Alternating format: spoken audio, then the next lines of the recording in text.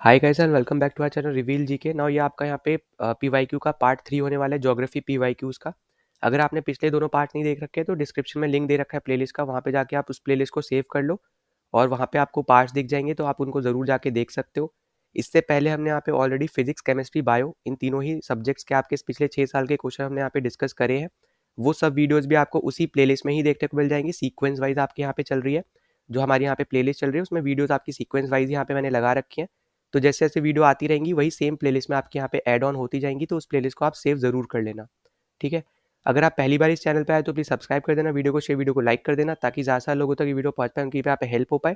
और बाकी आपका यहाँ पे इस पर्टिकुलर वीडियो में हम यहाँ पे डिस्कस करने वाले हैं आपके यूनिवर्स से रिलेटेड जो भी आपको पिछले 6 साल में क्वेश्चन पूछे गए हैं, जो आपके क्लाउड से रिलेटेड क्वेश्चन पूछे गए हैं, जो आपके एटमॉस्फेयर से रिलेटेड क्वेश्चन पूछे गए और जो आपके डायरेक्ट स्टैटिक भी, जो आपके ट्राइबल या फिर आपके फंक्शंस आप बोलते हो फेस्टिवल्स, उससे रिलेटेड जो आपके क्वेश्चंस पूछे पिछले 6 साल में स्टैटिक बेस्ड, उनको हम यहाँ पे इस वीडियो में कवर अप करने वाले हैं।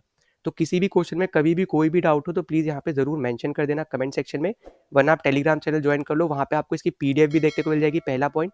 और दूसरा, वहाँ पे आप अपने आप डाउट्स भी क्लियर कर सकते हो, मुझसे भी पर्सनली कर सकते हो, और जो आपकी तरह यहाँ पे प्रिपेयर कर रहे हैं आप उनसे भी ज़रूर आप वहाँ पे पूछ सकते हो, वो भी आपके क्लियर कर देंगे डाउट्स। ठीक है। तो लिंक सबके आपके टेलीग्राम के और आपके इस पर्टिकुलर आपकी प्लेलिस्ट के सबके लिंक आपको डिस्क्रिप्शन में देखने को मिलेंगे, तो उसको आप ज़रूर ज्वाइन कर सकते हो। अब बाकी हम अब चलो यहाँ पे शुरू कर लेते हैं। नाउ सबसे पहले क्वेश्चन पे हम लोग यहाँ पे चलते हैं। तो सबसे पहला क्वेश्चन आपको यहाँ पे दे रखा है क्लाउड से रिलेटेड। तो देखो, क्लाउड वाला जो आपका यहाँ पे टॉपिक है बहुत ज़्यादा ही आपका यहाँ पे इंपॉर्टेंट टॉपिक में से एक है, तो यहाँ पे हम इनको थोड़ा डिस्कस कर लेते हैं। तो देखो, सिंपल टर्म्स में आपको यहाँ पे कैसे याद रखना है, तो अगर आपको ना कभी भी शेप के बेसिस पे अगर आपको यहाँ पे अलग करने को यहाँ पे बोला जाए क्लाउड्स को, तो सबसे पहले आपको यहाँ पे नाम याद रखना है साइरस। ठीक है। फिर इसके अलावा आपको यहाँ पे नाम रखना है यहाँ पे याद क्यूमुलस, फिर आपका यहाँ पे स्ट्रेटस। ठीक है। तो पहले तो अगर हम बात करें यहाँ पे, ये आपके है शेप के अकॉर्डिंग। ठीक है। और एक शॉर्ट ट्रिक और याद रख सकते हो आप यहाँ पे CCSN करके। ठीक है। अब यहाँ पे CCS तो आपके ये तीनों ही नाम हो गए। अब ये जो N वाला है बेसिकली ये आपका है यहाँ पे निम्बो वाला क्लाउड। ठीक है। जो हम लोग यहाँ पे बेसिकली पढ़ते हैं निम्बो स्ट्रेटस। निम्बो स्ट्रेटस जो होता है ये आपका यहाँ पे रेनफॉल से रिलेटेड आपके क्लाउड्स होते हैं, तो ये आपके यहाँ पे रेन से रिलेटेड आपके क्लाउड्स है, रेनफॉल आपके यहाँ पे करवाते हैं। ठीक है। तो ये पॉइंट याद रखना। इसके अलावा आपको यहाँ पे ये भी याद रखना है कि आपको ना एल्टीट्यूड के अगर अकॉर्डिंग बात करें हम लोग, तो एल्टीट्यूड के अकॉर्डिंग आपके कुछ होते हैं लो क्लाउड्स। ठीक है। कुछ आपके होते हैं यहाँ पे मिडल क्लाउड्स, और फिर कुछ आपके होते हैं यहाँ पे हाई क्लाउड्स। ठीक है। अब यहाँ पे सबसे इजी पहचानना होता है आपके यहाँ पे मिडल क्लाउड्स को, क्योंकि इनके हर नाम में ना आपको एल्टो दिखने को मिल जाएगा। ठीक है। तो एल्टो क्लाउड जो भी आपके रहेंगे, मतलब वो जितने भी आपको दिए होंगे वो सब आपके यहाँ पे मिडल क्लाउड्स रहेंगे, जिनके भी नाम में आपको ये टर्म, ठीक है, ये वर्ड आपको दिख जाए, वो सब आपके यहाँ पे मिडल क्लाउड्स होते हैं। ठीक है। अब हम पहले यहाँ पे क्वेश्चन पढ़ लेते हैं, फिर हम और भी थोड़ी चीज़ें और डिस्कस कर लेंगे। अब जैसे आपको यहाँ पे दे रखा है कि thin high thin puffy white cloud of ice crystals that look like ripples. तो बेसिकली आपसे यहाँ पे बोला है कि ऐसे क्लाउड से आपके यहाँ पे आपको कैरेक्टरिस्टिक दे रखी है, और आपको यहाँ पे क्लाउड पहचानने की कौन सा क्लाउड है। तो पहला आपको दिया यहाँ पे कि हाई है, मतलब ऊपर रहते हैं, थिन भी है साथ ही साथ, और पफी भी है। ठीक है। और आपसे बोला है कि यहाँ पे वाइट क्लाउड्स है, मतलब रेनफॉल वाले क्लाउड्स नहीं रहेंगे, और आपके यहाँ पे ice crystal that look like ripples. ठीक है। तो यहाँ पे हमें एक चीज़ तो पता चल रही है कि आपके यहाँ पे जो क्लाउड्स है बेसिकली आपके थोड़े, आप समझोगे तो थोड़े प्लफी, मतलब एक तरीके से हो गया कॉटन कैंडी टाइप स्ट्रक्चर आपको यहाँ पे देखने को मिलेगा। तो वो हमें पता है यहाँ पे कि वो हमारा होता है क्यूमुलस का। ठीक है। हमने यहाँ पे पढ़ रखा है, तो वो हमें यहाँ पे देखने को मिलता है क्यूमुलस वाले क्लाउड्स में। ठीक। और यहाँ पे आपने नहीं पढ़ा है तो यहाँ पे लिख भी दे रहा हूँ मैं। ठीक है। तो यहाँ पे हमें जो पफी नेचर है, या फिर आप जिसको बोलते हो कॉटन कैंडी भी आप जिसको बोल सकते हो, तो कॉटन कैंडी टाइप का जो स्ट्रक्चर रहता है कुछ इस तरीके का, जो जनरली हम लोग अपने डायग्राम में बनाते भी है ना, कि ये क्लाउड्स है, जो हम पहले बचपन में बनाते थे, वो हम लोग यहाँ पे यही क्लाउड्स को बनाते थे। ठीक है।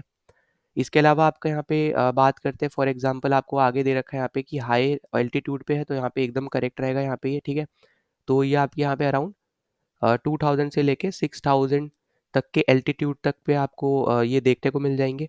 और अबव जो आपके 6000 है वो बेसिकली आपके यहाँ पे ये पहले वाले क्लाउड्स है। ठीक है। जो आपके हैं साइरस क्लाउड्स। और फिर इसके नीचे आपका देखने को मिलेगा यहाँ पे ये बिलो 2000। ठीक है। बिलो 2000। तो यहाँ पे ये भी पॉइंट याद रख सकते हो अपने यहाँ पे इसके हिसाब से, क्योंकि आप अगर देखो तो यहाँ पे आपके 20,000 फीट और 40,000 फीट के बीच में जो बेसिकली आपके यहाँ पे यही क्लाउड्स बनेंगे। ठीक है।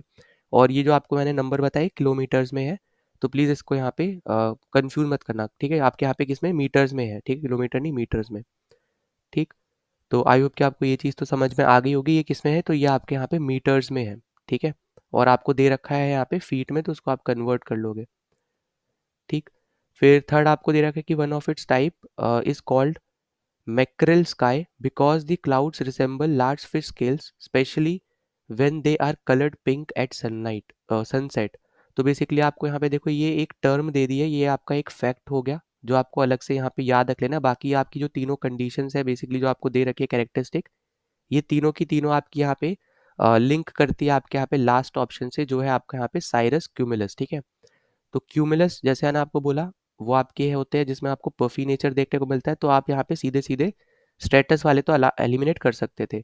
अब आपको इन दोनों में यहाँ पे डाउट हो सकता था, पर फिर उन्होंने हाइट दे दी यहाँ पे कि 20,000 फीट से 40,000 फीट तक रहते हैं, तो इसकी वजह से आप यहाँ पे ये ऑल्टो वाले भी हटा दोगे, क्योंकि ऑल्टो वाले अगर आप देखोगे तो ऑल्टो वाले बेसिकली आपको यहाँ पे अ, इसमें ही देखने को मिल सकते हैं, पर आपका यहाँ पे ना एक पर्टिकुलर अगर आप देखो पैटर्न वाइज अगर हम बात करें ऊपर से नीचे तक, ठीक है? जैसे अगर आपको सबसे ऊपर देखने को मिलते हैं साइरस, ठीक है? साइरस के बाद आपको साइरस क्यूमुलस देखने को मिलते हैं। फिर उसके बाद आपको यहाँ पे साइरस क्यूमुलस के बाद आपको साइरस स्ट्रेटस देखने को मिलते हैं, ठीक है? फिर आपके आ जाते हैं यहाँ पे ये ऑल्टो वाले, ठीक है? Alto cumulus, Alto cumulus. फिर ऑल्टो क्यूमुलस के बाद आपका है यहाँ पे ऑल्टो स्ट्रेटस, ऑल्टो स्ट्रेटस। फिर आपका आ जाता है यहाँ पे स्ट्रेटस, स्ट्रेटो क्यूमुलस, ठीक है? Strato cumulus. और फिर आपका है यहाँ पे स्ट्रेटस, स्टेटस के बाद यहाँ पे अब लिख दे रहा हूँ, ठीक है? इधर से तो यहाँ पे अब नेक्स्ट आ जाता है यहाँ पे निम्बो स्टेटस, निम्बो स्टेटस, ठीक है? तो सबसे ऊपर आपके साइरस है, साइरस के अंदर भी आपके और पार्ट्स होते हैं, एक आपका होता है साइरस क्यूमुलस, फिर साइरस स्ट्रेटस, फिर नीचे आपका आता है एल्टो आपका क्यूमुलस। और क्योंकि आपके यहाँ पे ये जो है ये आपके हाई फीट वाले हैं, ठीक है? ऊपर वाले हैं, तो बेसिकली आपके यहाँ पे जो करेक्ट आंसर बनेगा वो आपका साइरो क्यूमुलस बनेगा। और क्योंकि आप यहाँ पे देखो एक चीज़ यहाँ पे प्लीज ध्यान रखना, यहाँ पे ना ये आपके शेप के अकॉर्डिंग डिफरेंशिएट हम लोग कर रहे थे, तो आपका यहाँ पे ये 6000 के ऊपर साइरस है, 2000 से 6000 आपका क्यूमुलस है, ठीक है? पर इन दोनों के बीच में आपके यहाँ पे ये दो क्लाउड्स भी आते हैं जो आपको मैं अभी आपको मैं बता रहा हूँ। तो इसलिए आपको ना कुछ जो इसकी फंक्शनैलिटी या फिर कुछ कैरेक्टरिस्टिक्स इसके आपके साइरस के मैच करेंगे, और कुछ इस पर्टिकुलर क्लाउड के आपके क्यूमुलस के साथ मैच करेंगे। जैसे आपका पफी वाला जो नेचर है वो आपका इसके साथ मैच करा, और एल्टीट्यूड वाला आपका साइरस के साथ मैच करा, ठीक है? तो इसलिए आपको यहाँ पे कंफ्यूज नहीं होना है कि अभी मैंने ये बताया था फिर अब मैं ये बता रहा हूँ, तो ये मत समझना। मैं बेसिकली आपको कैरेक्टरिस्टिक के हिसाब से बता रहा हूँ कि हमारा राइट आंसर है यहाँ पे साइरो क्यूमुलस, जिसके कुछ जो आपके कैरेक्टरिस्टिक है वो आपके साइरस वाले क्लाउड से मैच करते हैं और कुछ आपके क्यूमुलस के साथ मैच करते हैं। और फिर आपको यहाँ पे ये जो आपका सीक्वेंस है ये प्लीज़ यहाँ पे याद रख लेना, ये बहुत ज़्यादा इंपॉर्टेंट हो जाएगा, ठीक है? और लो क्लाउड्स के बारे में याद रख लेना, ये आपका है यहाँ पे 20 मीटर के नीचे आपको यहाँ पे देखने को मिलते हैं। फिर आपके यहाँ पे ये 2000 से लेके 6000 मीटर तक आपको यहाँ पे मिडल क्लाउड देखने को मिलते हैं, जिसके नाम में आपको क्या देखने को मिलेगा, आपको यहाँ पे एल्टो देखने को मिलेगा या फिर ऑल्टो आप बोल दो, वो आपको देखने को मिलेगा, ठीक है? फिर उसके बाद आपको यहाँ पे हाई क्लाउड देखने को मिलेंगे जो कि आपके होते हैं अबव 6000, ठीक है? Above 6000 metre. तो प्लीज़ यहाँ पे बहुत ज़्यादा इंपॉर्टेंट आपके यहाँ पे सब पॉइंट्स है, तो इसको ज़रूर आप यहाँ पे मार्क कर सकते हो, यहाँ पे याद रख सकते हो। और ये आपका तीसरा वाला फैक्ट है, तो इसको ज़रूर यहाँ पे अलग से लिख लेना, ठीक है? फिर अगले पे चलते हैं। अगला आपको दे रखा है कि आपको कैरेक्टरिस्टिक दे रखी है और आपको वापस से अपना क्लाउड पहचानना है। तो देखो पहला आपको दे रखा है कि they are born through convection. तो आपके यहाँ पे ऐसे क्लाउड जो आपके कन्वेक्शन के थ्रू फॉर्म हुए हैं, ये आपको यहाँ पे दे रखा है। फिर अगला आपको यहाँ पे सेकंड स्टेटमेंट दिया कि only cloud type that can produce hail thunder and lightning, ठीक है? और लास्ट आपको दे रखा है कि they are large cauliflower shaped towers of an anvil top. अब देखो यहाँ पे ना आपको कुछ आप एक तरीके से समझो कि आपको ना कुछ ऐसी चीज़ें ढूंढनी है, ऐसे कीवर्ड्स बेसिकली आपको ढूंढने हैं जिसको थोड़ा आपको पढ़ के आइडिया लगे। अब जैसे फॉर एग्जांपल हमें पहला एक आइडिया लगा कॉलीफ्लावर शेप, कॉलीफ्लावर मतलब इसी तरीके का ही तो होता है कॉलीफ्लावर शेप, है ना? पहली चीज़ तो आपको ये पता चल रही है। दूसरी चीज़ कि आपको यहाँ पे ये भी बोल दिया कि यहाँ पे ये हेल भी प्रोड्यूस करते हैं, थंडर भी और लाइटनिंग भी। मतलब ये थोड़े आप समझो तो रेनिंग वाले क्लाउड से थोड़ा अबव लेवल वाले आप बोल सकते हो यहाँ पे होंगे कोई क्लाउड, वो आपको यहाँ पे याद रख लेना है, ठीक है? अब रेनिंग के अबव मतलब ऐसा मत समझना उसके ऊपर वाले, ठीक है। जैसे आपका यहाँ पे मैंने निम्बू स्ट्रेटस बताया था ना, जो रेनिंग के लिए यूजुअली आते हैं, मतलब जिसकी वजह से रेन हमें देखने को मिलती है। तो इसी तरीके से हमारे यहाँ पे कुछ क्लाउड्स होते हैं जिनको हम लोग बोलते हैं यहाँ पे क्यूमुलस निम्बस, ठीक है। तो ये आपके यहाँ पे ऐसे क्लाउड्स होते हैं जिनके थ्रू आपकी लाइटनिंग होती है, थंडर आपको देखने को मिलता है, हेल आपको देखने को मिलता है। और क्योंकि इनके नाम में क्यूमुलो है, ठीक है, क्यूमुलो, तो इसी की वजह से आपको ये पफी नेचर टाइप आपको यहाँ पे देखने को मिलेगा, ठीक है। तो इससे भी आप यहाँ पे चीज़ों को रिलेट कर सकते हो, ये पॉइंट याद रखना। और इसके अलावा फिर आप देखो यहाँ पे बाकी चीज़ें जो आपको दे रखी है यहाँ पे कि एनविल टॉप्स आपको यहाँ पे देखने को मिलती है, ठीक है। और आपको जो पहला ऑप्शन दे रखा है कि आपका यहाँ पे जो कन्वेक्शन है इसके थ्रू आपके यहाँ पे ये फॉर्म होते हैं। अब देखो एनविल टॉप्स अगर आप यहाँ पे देखोगे तो एनविल टॉप्स मतलब एक तरीके से हो गया कि आपको ना एक थोड़ी सी लेयर देखने को मिलती है और फिर ऊपर ऊपर उसके क्लाउड्स चल रहे होते हैं, ठीक है। अगर हम समझे, जैसे मान लो यहाँ पे कि ये आपका यहाँ पे कुछ लेयर रहेगी, ठीक है। इस तरफ में आपके यहाँ पे फॉलो हो रहा है, यहाँ पे इस तरफ में आपके क्लाउड्स आ रहे हैं। तो कुछ इस तरीके में ना आपके यहाँ पे क्लाउड्स चल रहे होंगे इधर से ऐसे। और ये वाला जो एरिया होता है इसको हम बेसिकली बोलते हैं यहाँ पे एनविल टॉप, ठीक है। इसको हम लोग क्या बोलते हैं, इसको बोलते हैं हम लोग यहाँ पे एनविल टॉप्स। तो ये बस पॉइंट आपको याद रखना है, बाकी एज सच इतना ज़्यादा डीप में हमें जानना नहीं है।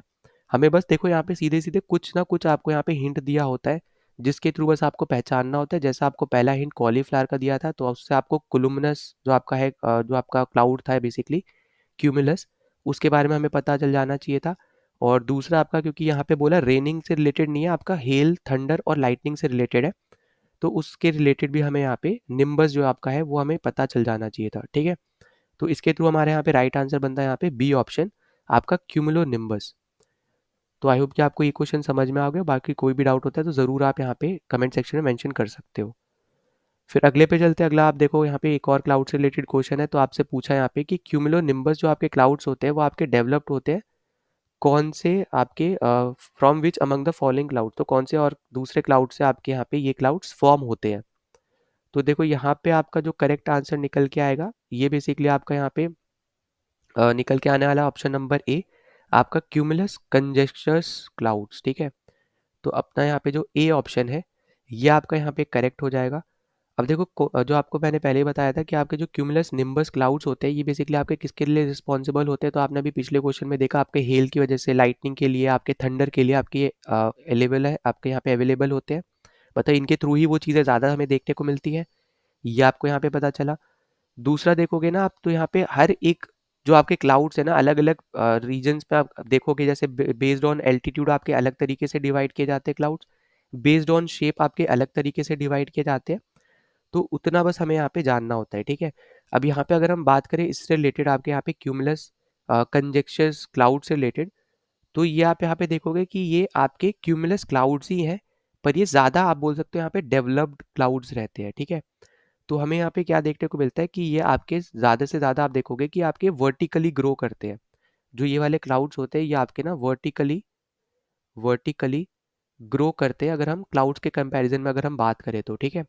दूसरा पॉइंट हमारा ये आता है कि यहाँ पे यही क्लाउड्स है जो कि आपके क्यूमुलो निम्बस भी बनाते हैं, ठीक है। तो यहाँ पे ये पॉइंट भी याद रखना, ये क्या बनाते हैं, ये बेसिकली इसको यहाँ पे डेवलप करते हैं, तो ये भी याद रखना। फिर अगला पॉइंट और याद क्या रखना है आपको यहाँ पे कि ये ज़्यादातर आपको यहाँ पे देखने को मिलते हैं 12,000 मीटर के आसपास, ठीक है। तो ये भी पॉइंट आपके लिए यहाँ पे इंपॉर्टेंट है, ये भी आप यहाँ पे याद रख सकते हो, ठीक।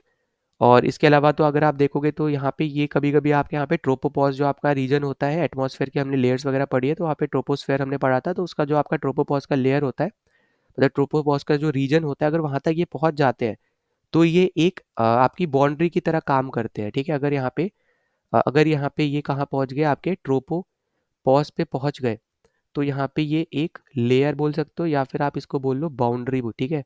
तो बाउंड्री की तरह यहाँ पे एक काम करते हैं आपके स्ट्रेटोस्फेयर और ट्रोपोस्फेयर के बीच में, ट्रोपोस्फेयर एंड आपके यहाँ पे स्ट्रेटोस्फेयर के बीच में आपकी बाउंड्री के तौर पे यहाँ पे ये काम करते हैं, ठीक है। तो ये पॉइंट आपको याद रखना है कि क्यूमुलर निम्बस जो आपके क्लाउड्स है वो किस तरीके से बनते हैं, कौन से क्लाउड से बनते हैं, ये प्लीज़ यहाँ पे बस याद रखना, ठीक है। और बार बार आपको बता रहा हूँ यहाँ पे क्यूमुलस मतलब आपको यहाँ पे cauliflower shape, fluffy nature, white clouds, ठीक है, ये सब को यहाँ पे रिलेट करके थे वो ही चलना है, ठीक। क्योंकि बाकी अगर आप देखोगे यहाँ पे तो निम्बस स्टेटस तो आपका यहाँ पे है रेनिंग से रिलेटेड आपका आ जाता है, एल्टो स्टेटस आपके मिडल क्लाउड्स आ जाते हैं, ठीक है। और साइरोक्यूलमस जो आपके है ये बेसिकली आपको देखने को मिलेंगे आपके, जो हमने सबसे पहले क्वेश्चन में डिस्कस किया था, जो हमने देखा था, तो वो आपके थोड़े अलग टाइप के क्लाउड्स थे, ठीक है। अब थंडर स्टॉर्म्स वाले तो बेसिकली आपको यहीं से देखने को मिलेंगे। और निम्बोस्ट्रेटस ज़्यादातर रेनिंग वाले हैं, और जो क्यूमुलस निम्बस है इसमें रेनिंग भी हो सकती है, ऐसा नहीं है कि नहीं होगी, पर ज़्यादातर आपको जैसे लाइटनिंग से रिलेटेड ज़्यादा देखने को मिल जाएगा, या फिर कभी कभी आपको स्ट्रॉन्ग विंड्स जो देखने को मिलती है वो आपको इनके थ्रू देखने को मिलेंगी। तो ये बस ये चीज़ें आपके यहाँ पे आ जाती है, ठीक है। तो ये आपका हो गया यहाँ पे ऑप्शन नंबर ए। फिर अगले पे चलते हैं यहाँ पे। तो अगला आपको दे रखा है कि consider the following statement about clouds. Cloud के अकॉर्डिंग इनमें से कौन सी स्टेटमेंट आपकी यहाँ पे करेक्ट है, हमें यहाँ पे यही बताना है।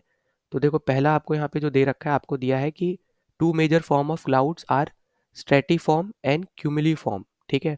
तो मतलब यहाँ पे बेसिकली स्ट्रेटस की बात हो रही है और आपके यहाँ पे क्यूमुलस की बात हो रही है।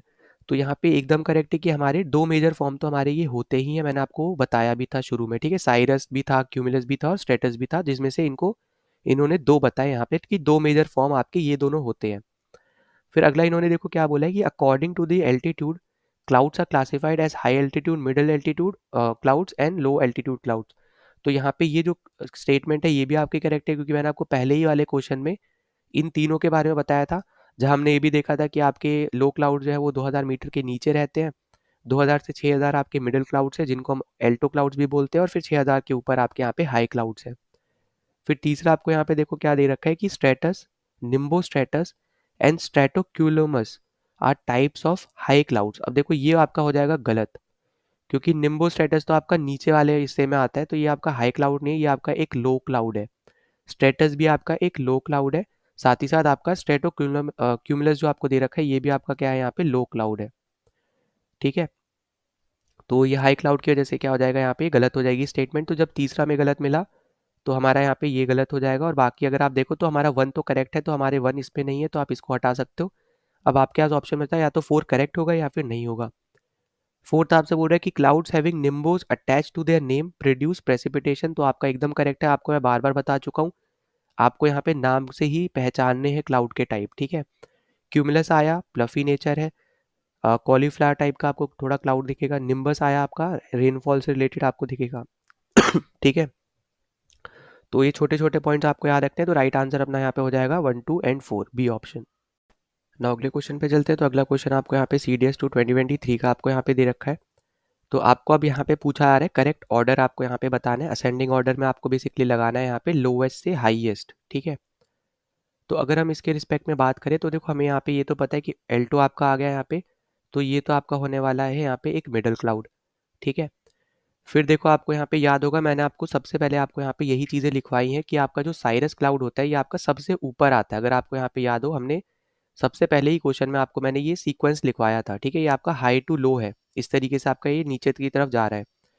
और यहाँ पे एक और याद रख लेना, तो वो आपको याद रखना है कि इसी के नीचे आपको देखने को मिलता है यहाँ पे क्यूमुलो निम्बस, ठीक है, जो अभी हमने यहाँ पे पढ़ा था, तो वो भी चलो यहाँ पे हम लिख दे रहे हैं, तो आपको यहाँ पे नीचे देखने को मिलता है।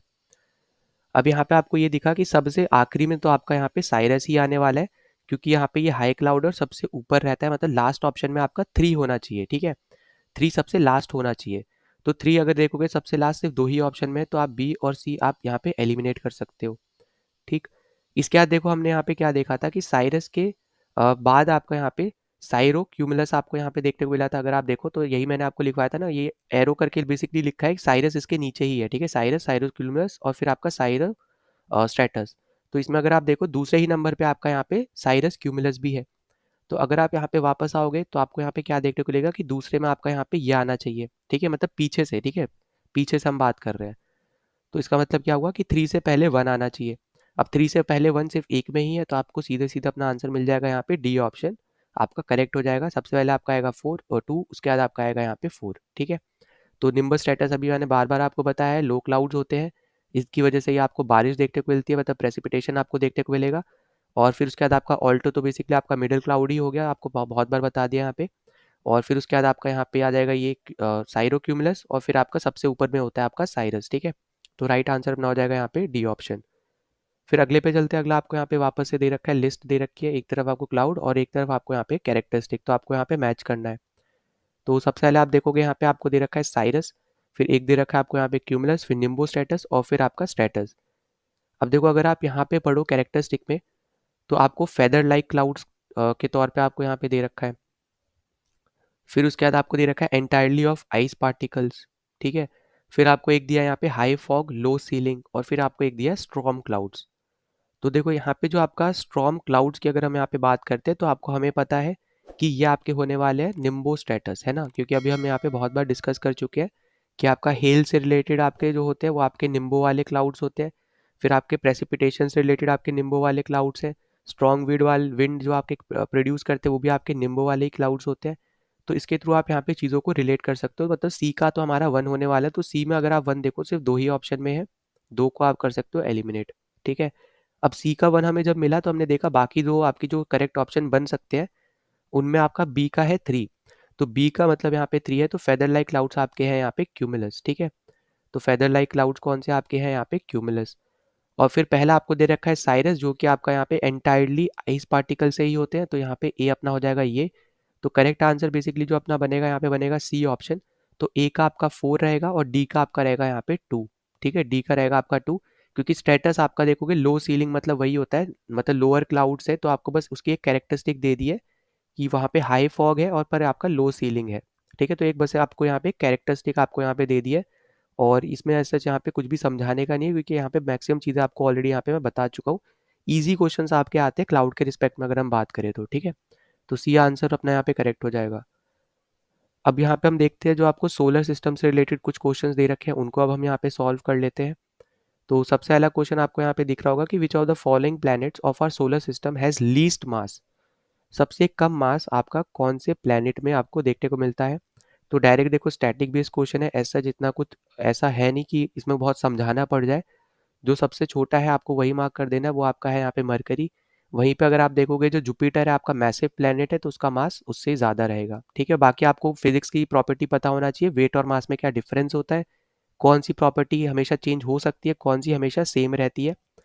तो ये पॉइंट हमने यहाँ पे बहुत बार फिजिक्स में डिस्कस किया है कि वेट आपका हमेशा चेंज होता रहेगा, क्योंकि वो स्मॉल जी की वैल्यू के ऊपर डिपेंड करता है। स्मॉल जी की वैल्यू हर जगह पे डिफरेंट रह सकती है। वहीं पे जो आपका मास है, चाहे आप अर्थ पे खड़े हो, जुपिटर पे खड़े हो, कहीं भी यूनिवर्स के किसी कोने में खड़े हो, मास आपका सेम ही रहेगा, ठीक है। आपका आप बोल लो या फिर कोई भी आप ऑब्जेक्ट की बात करो उसका भी बोल सकते हो, ठीक। बस वेट आपका यहाँ पे चेंज होता है, वेट आपका एक फोर्स है, उसकी यूनिट भी होती है न्यूटन। फिर आगे हम बात करते हैं यहाँ पे कि कॉन्स्टलेशन क्या होते हैं। अब देखो कॉन्स्टलेशन आपको यहाँ पे पता होगा, आपका यहाँ पे जो स्टार्स होते हैं उनके एक पैटर्न को बेसिकली हम लोग यहाँ पे बोलते हैं। तो आपको यहाँ पे जो आपका करेक्ट आंसर बनेगा वो आपका बनने वाला है particular pattern of a planets. तो आपका होना नहीं है, ठीक है, प्लैनेट्स का नहीं होते, स्टार्स के होते हैं। तो सी ऑप्शन तो आप कर दो यहाँ पे सीधे सीधे एलिमिनेट। अब उसके बाद आपको यहाँ पे पहला दे रखा है particular pattern of equi distance stars. तो देखो इक्वी डिस्टेंस तो आपका यहाँ पे नहीं होता है, ठीक है। ज़रूरी नहीं है कि इक्वी डिस्टेंस पे हो तभी हम उसको कॉन्स्टलेशन बोलेंगे, एकदम पास पास करके भी आपके कोई पैटर्न बन सकता है यहाँ पे स्टार्स से।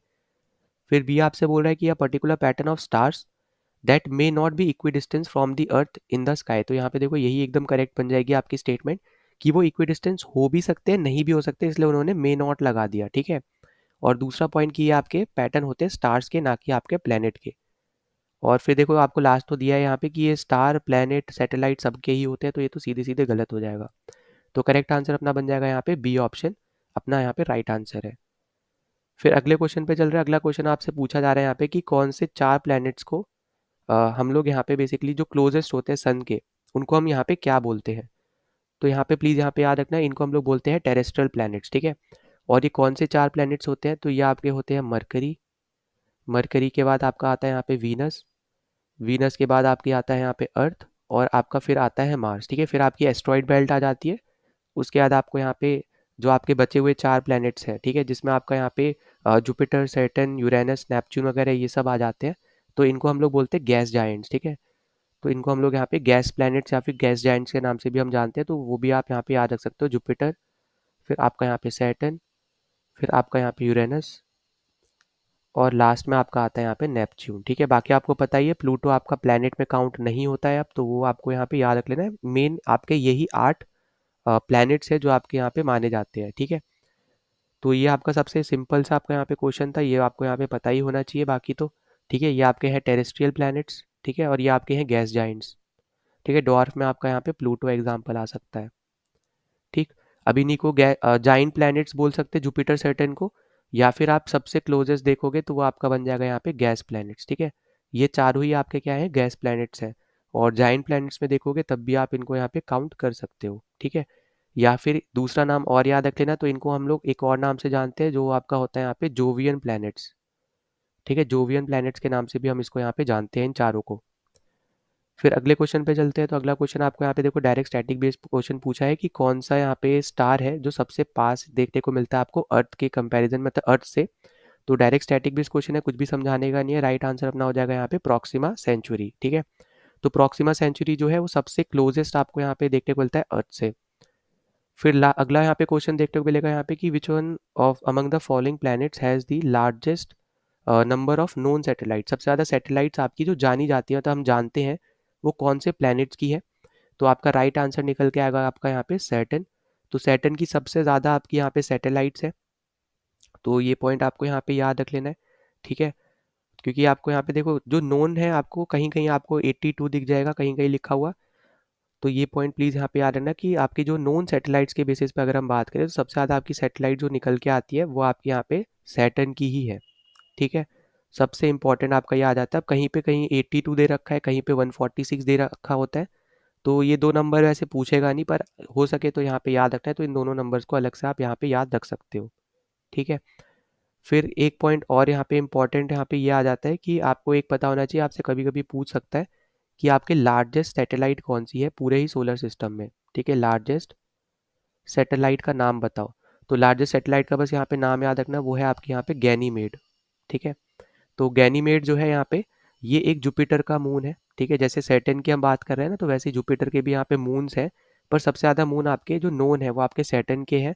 पर जो आपका ये गैनीमेड जो मून है ये बेसिकली आपके जुपिटर का है, जो सबसे बड़ा आपका यहाँ पे एक सैटेलाइट है, ठीक है। तो ये बस पॉइंट आपको यहाँ पे याद रखने हैं जो आपको पता होने चाहिए। इसके अलावा आपसे ये पूछ सकते हैं कि कौन से प्लेनेट के पास कोई भी मून नहीं है।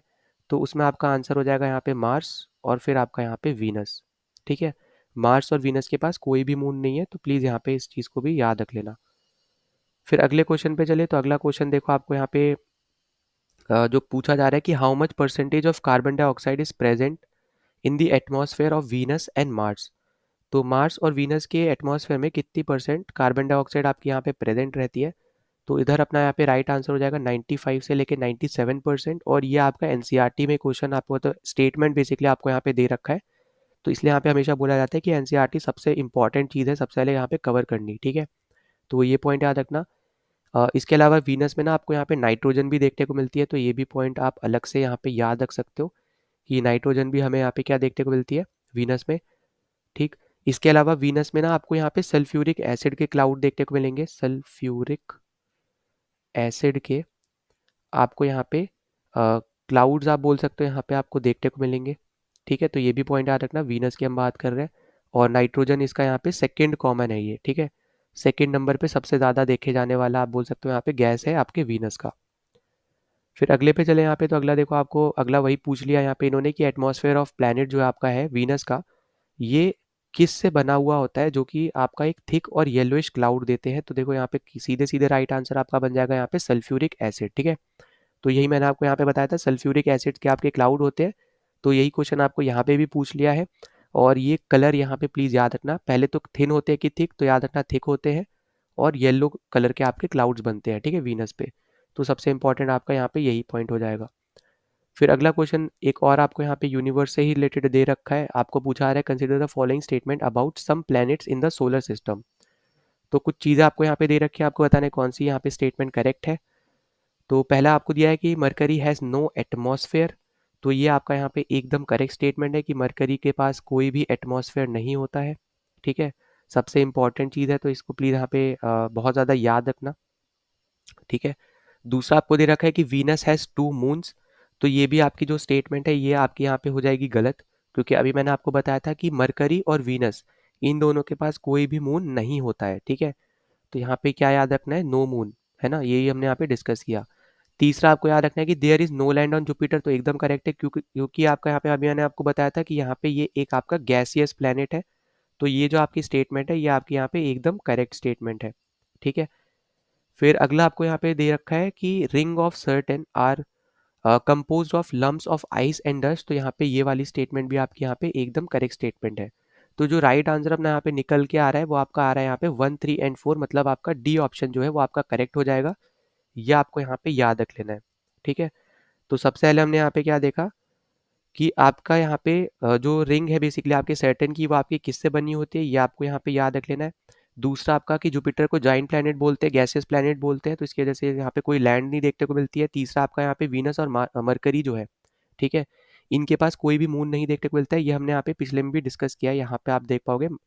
एक मिनट रुको, यहाँ पे मैंने मार्स लिख दिया, ठीक है, ये आपका है मरकरी, ठीक है, ये है आपका यहाँ पे मरकरी, ठीक है, मरकरी और वीनस, ठीक है, मार्स नहीं है, मरकरी और वीनस, ठीक। तो ये आपको यहाँ पे सब याद रख लेना है। और आपका सबसे पहले आ जाता है कि मरकरी के पास कोई भी आपका एटमॉस्फेयर नहीं होता है, तो ये भी आपका करेक्ट है, क्योंकि आपका मरकरी अपने आप में ही पहली बात तो बहुत ज़्यादा छोटा साइज़ में है, ठीक है। और इसकी वजह से आप देख पाओगे कि वहाँ पे ना ग्रेविटी भी आपकी सबसे ज़्यादा वीक है, तो वो जो आपके रेज वगैरह आते भी है सन के, तो उसको आप एक तरीके से समझो कि अब वो होल्ड नहीं कर पाता है या फिर उसको पकड़ के नहीं रख पाता है, क्योंकि उसके पास मैग्नेटिक फील्ड भी कम है और वीक ग्रेविटी भी है, तो एक तरीके से मैग्नेटिक फील्ड आप बोल सकते हो। और इसी की वजह से आपका यहाँ पे उसमें कोई एटमॉस्फेयर हमें देखने को नहीं मिलता है। वही सेम चीज़ अगर हम अपने अर्थ के बारे में बात करें, तो अगर हमारे अर्थ में ना एटमॉस्फेयर नहीं होगा, तो हम लोग जो स्कैटरिंग देख पाते हैं ना, या फिर टिंडल इफेक्ट देख पाते हैं, वो हमारे यहाँ पे एटमॉस्फेयर में नहीं हो पाएगा, ठीक है। तो ये भी याद रखना, आपसे ये भी पूछ सकता है कि अगर एटमॉस्फेयर ना हो तो कौन सा इफेक्ट नहीं देख सकते हो आप, तो आपका आंसर होगा यहाँ पे स्कैटरिंग का, ठीक। तो ये हमारा हो जाएगा यहाँ पे डी ऑप्शन 1, 3 एंड 4। फिर अगला आपको यहाँ पे जो क्वेश्चन दे रखा है, अगला भी आपका यहाँ पे यूनिवर्स से रिलेटेड है। तो आपसे यहाँ पे पूछा है कि which of the following groups of planet is termed as gas planets. तो अभी देखो, मैंने आपको अभी बताया था, यहाँ पे बहुत सिंपल सी यहाँ पे बात हो जाएगी। जो मार्स है ये तो आपका है टेरेस्ट्रियल प्लैनेट, इसको आप हटा दोगे। फिर आपका यहाँ पे देखो मार्स यहाँ पे दे रखा है, इसको हटा दो, मार्स यहाँ पे दे रखा है, इसको हटा दो, तो सीधा सीधा हमें आंसर मिल जाएगा यहाँ पे बी ऑप्शन, जुपिटर, यूरेनस, फिर आपका नेपच्यून और सैटर्न जो है, ये चारों आपके गैस प्लैनेट्स हैं, जिनको जोवियन प्लैनेट्स के नाम से भी हम लोग यहाँ पे जानते हैं, ठीक है। तो सबसे इम्पॉर्टेंट आपकी यहाँ पे ये चीज़ें हो जाएंगी, इनको प्लीज़ यहाँ पे बिल्कुल भी भूलना नहीं है, ठीक है। तो अपना यहाँ पे राइट आंसर कौन सा बन जाएगा, अपना यहाँ पे राइट आंसर होगा यहाँ पे बी ऑप्शन। फिर आगे बात करते हैं, अब यहाँ पे थोड़े टर्म से रिलेटेड अपनी चीज़ें आ जाती हैं। तो यहाँ पे आपको दे रखा है कि आइसोनिफ वगैरह क्या होता है, आपको ये बेसिकली मैच करना है, ठीक है। आइसोनिफ, आइसोहेल, फिर आइसोहेलाइन, आइसोहाइप्स, ये सब आपके क्या होते हैं। अब देखो, ये हम बहुत बार देख चुके हैं कि आपका जो हेलाइन वर्ड है ना, ये आपका सेलेनिटी से ही मैच करता है, ठीक है। तो आपको ये बताना है कि इनमें से कौन से करेक्टली मैच है। तो हमें ये तो पता है कि आपका थर्ड ऑप्शन मैच होगा, हेलाइन आपका सेलेनिटी से ही मैच होता है, तो ये तो आपका एकदम करेक्ट है, ठीक है। फिर अगला हमें यहाँ पे जो हेल वर्ड है ना, हमें यहाँ पे ये भी याद रखना है कि आपका सनलाइट से रिलेट करता है, तो ये आपका सनशाइन से रिलेट करेगा, तो ये भी आपका यहाँ पे एकदम करेक्ट अभी तक जा रहा है। तो 2 एंड 3 आप देखो किस किस पे है, तो इसमें आपका 3 नहीं है, इसको हटा दो, इसमें 2 नहीं है तो इसको हटा दो, अभी तक आपके ये दोनों करेक्ट जा रहे हैं। अब हमें ये देखना है कि 1 करेक्ट है या फिर 4 करेक्ट है। तो यहाँ पे याद क्या रखना है आपको, जो आपका ये निफ है ना, निफ बेसिकली आपका यहाँ पे स्नोफॉल से रिलेटेड होता है, तो आपका यहाँ पे 1 जो आपका हो जाएगा एकदम करेक्ट हो जाएगा, इसलिए हमारे यहाँ पे राइट आंसर बनेगा यहाँ पे ए ऑप्शन। और आइसो हाइप्स जो है ये आपका क्लाउडीनेस से रिलेटेड नहीं होता है, तो इसलिए हमारे यहाँ पे ये हो जाएगा गलत, ठीक है। तो ये सबसे ज़्यादा इंपॉर्टेंट पॉइंट है जो आपको यहाँ पे याद रख लेना है। अब इसके अलावा आप देखोगे यहाँ पे जो आपका आइसो हाइप्स है ना, ये बेसिकली आप देखो तो ये हाइट से रिलेट करता है, ठीक है। ये आपका हाइट से रिलेट करता है, तो ये आपको यहाँ पे याद रखना है। और हाइट आपका यहाँ पे अगर दिया होता तो आपका ये करेक्ट होता, पर क्योंकि आपका हाइट नहीं दिया है, क्लाउडीनेस वगैरह करके दिया है, तो इसलिए आपका यहाँ पे हो जाएगा गलत, ठीक। फिर बाकी अगर हम इसके रिलेटेड आगे बात कर लेते हैं आपको, क्योंकि और भी ऐसे क्वेश्चन दिए होंगे, तो पर यहाँ पे मैं एक चीज़ बस अलग से लिखवा दे रहा हूँ कि आपका आइसोबार अगर आपको दिया होगा, तो ये आपका रिलेट होता है एटमॉस्फेरिक एटमॉस्फेरिक प्रेशर से, ठीक है। आपको एटमॉस्फेरिक प्रेशर लिखा हुआ दिया होगा। अगर आपका आइसोथर्म दिया होगा, तो ये आपका दिया होगा टेम्परेचर से रिलेटेड, ठीक है। तो आपकी ऐसी लोकेशन जहाँ पे इक्वल टेम्परेचर हो उसको हम बोलते हैं आइसोथर्म, ऐसी लोकेशन जहाँ पे इक्वल आपका एटमॉस्फेरिक प्रेशर हो तो उसको हम बोलेंगे आइसोबार। और ऐसे पोजीशंस या फिर ऐसे लोकेशंस जो आपके इक्वल अमाउंट ऑफ सनशाइन ले रहे हो उसको हम बोलेंगे यहाँ पे आइसोहेल। तो आइसो मतलब आप ऐसे समझ जाओ, यहाँ पे इसका मतलब है इक्वल, ठीक है, या फिर सेम, ठीक। तो यहाँ पे दो अलग अलग सेपरेट वर्ड्स करके आप यहाँ पे याद रखो, आइसो से याद रखो इक्वल या फिर सेम की बात हो रही है। फिर उसके बाद बार आ गया, मतलब आपको ऐसा यूनिट पता है यहाँ पे, तो उसके अकॉर्डिंग एटमॉस्फेरिक प्रेशर आप बोल सकते हो। थर्म आ गया, मतलब थर्मोमीटर आप बोल सकते हो एक तरीके से, उससे रिलेट कर लो, टेम्परेचर से रिलेट कर लो, तो आपका ये टेम्परेचर से हो जाता है। हेलाइन आपका सेलिनिटी से रिलेटेड है। फिर हेल आपका सनशाइन से रिलेटेड है और निफ आपका स्नोफॉल से रिलेटेड है, ठीक है। तो इस तरीके से आप चीज़ों को रिलेट कर सकते हो। फिर उसके बाद अगले क्वेश्चन पे चलते हैं। अगला क्वेश्चन आपको देखो वापस से दे दिया है यहाँ पे कि आइसोहेलाइंस जो आपकी लाइन्स है वो आपकी कौन सी चीज़ों को जोड़ती है जिनकी इक्वल क्या हो। तो राइट आंसर होगा यहाँ पे सेलेनिटी, ठीक है। तो आइसोहेलाइंस बेसिकली आपकी ऐसी लाइन्स है जो आपके ऐसे लोकेशंस को जोड़ती है जिनकी इक्वल सेलेनिटी हो। अगर यहाँ पे आइसो हेल होता, इसका मतलब है कि आपकी वो ऐसी लाइन्स है जो आपकी ऐसी लोकेशंस को जोड़ेंगी जो कि इक्वल अमाउंट ऑफ सनशाइन ले रही हो, ठीक है। तो ये बस पॉइंट आपको याद रखना है कि आपका आइसो मतलब है इक्वल, और आपके इसके बाद जो वर्ड्स आएंगे वो बेसिकली आपके यहाँ पे इनके रिलेटेड आपके यहाँ पे रहेंगे, ठीक है।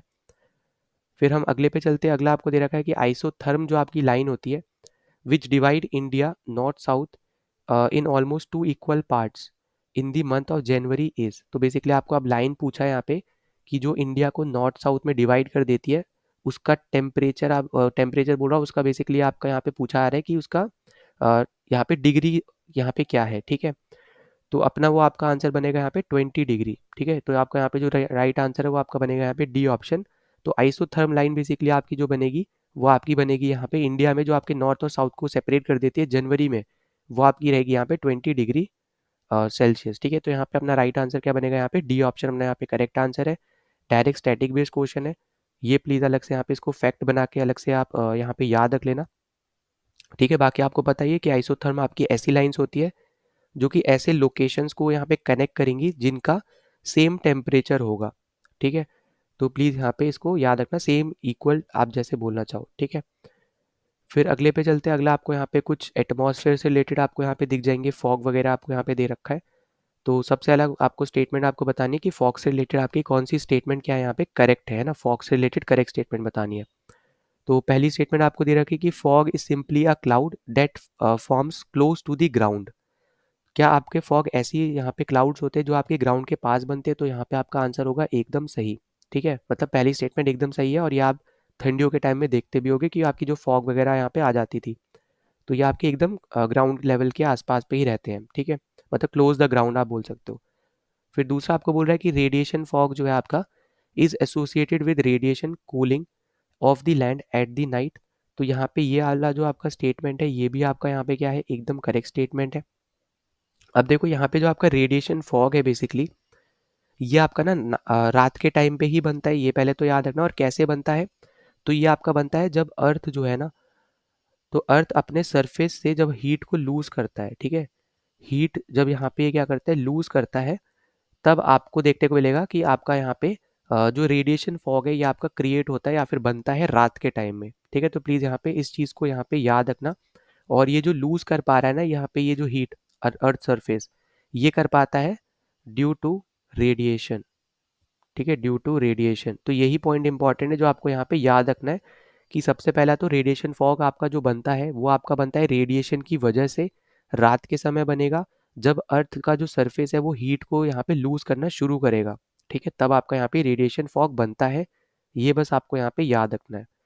अब उसके बाद तीसरा आपको दे रखा है कि एडवेक्शन फॉग जो आपका होता है ये आपका फॉर्म होता है when moisture is blown over a cold surface and is chilled by contact. तो अब ये भी आपका यहाँ पे एकदम करेक्ट है। ये देखो दोनों आपको जो दे रखा है ना, फैक्ट आपको दे रखा है कि रेडिएशन फॉग आपका रेडिएशन की वजह से बनता है, जहाँ पे आपका अर्थ सरफेस हीट एनर्जी को लूज करता है तब आपका रेडिएशन फॉग बनता है रात के समय। एडवेक्शन फॉग जो आपका ये मॉइस्चर की वजह से बनता है, जब कोल्ड सरफेस के ऊपर आपकी हवा जब फ्लो होती है तो उसके कांटेक्ट में आने से आपका ये एडवेक्शन फॉग बनता है। तो अगर आप यहाँ पे देखोगे तो आपके यहाँ पे दोनों जो आपको स्टेटमेंट दे रखी है ना, आपको डायरेक्ट थ्योरी ही दे रखी है, बस आपको ये बताना था कि क्या ये करेक्ट है या फिर नहीं है। मतलब एक तरीके से डेफिनेशन है यहाँ पे ये दोनों, ठीक। तो दोनों आपकी यहाँ पे करेक्ट है, तो अपना राइट आंसर बनेगा यहाँ पे डी ऑप्शन की तीनों ही स्टेटमेंट जो आपको दे रखे हैं यहाँ पे ये हमारी यहाँ पे करेक्ट है, ठीक। फिर अगले पे चलते हैं हम लोग यहाँ पे। तो अगला आपको दे रखा है कि which one of the following is the most important factor for the formulation of smog. तो स्मॉग का फॉर्मेशन आपका यहाँ पे किसकी वजह से होता है ये आपसे यहाँ पे पूछा जा रहा है। तो इसका आपका यहाँ पे करेक्ट आंसर होगा formation of an inversion lid, ठीक है। तो राइट आंसर अपना यहाँ पे स्मोक का बनने वाला है यहाँ पे फॉर्मेशन ऑफ इन्वर्जन लिड की वजह से आपको जो आपका स्मोग है ये आपको यहाँ पे देखने को मिलता है। तो ये पॉइंट बस आपको याद रखना है, डायरेक्ट आपका स्टैटिक बेस्ड क्वेश्चन है, एज सच बहुत ज़्यादा यहाँ पे कुछ समझाने का यहाँ पे है नहीं, ठीक है। तो बस इतना पॉइंट आपको यहाँ पे याद रखना है कि आपका इन्वर्जन लिड की वजह से आपको ये चीज़ देखने को मिलती है। अब इन्वर्जन लिड में बेसिकली क्या होता है वो हम थोड़ा देख लेते हैं।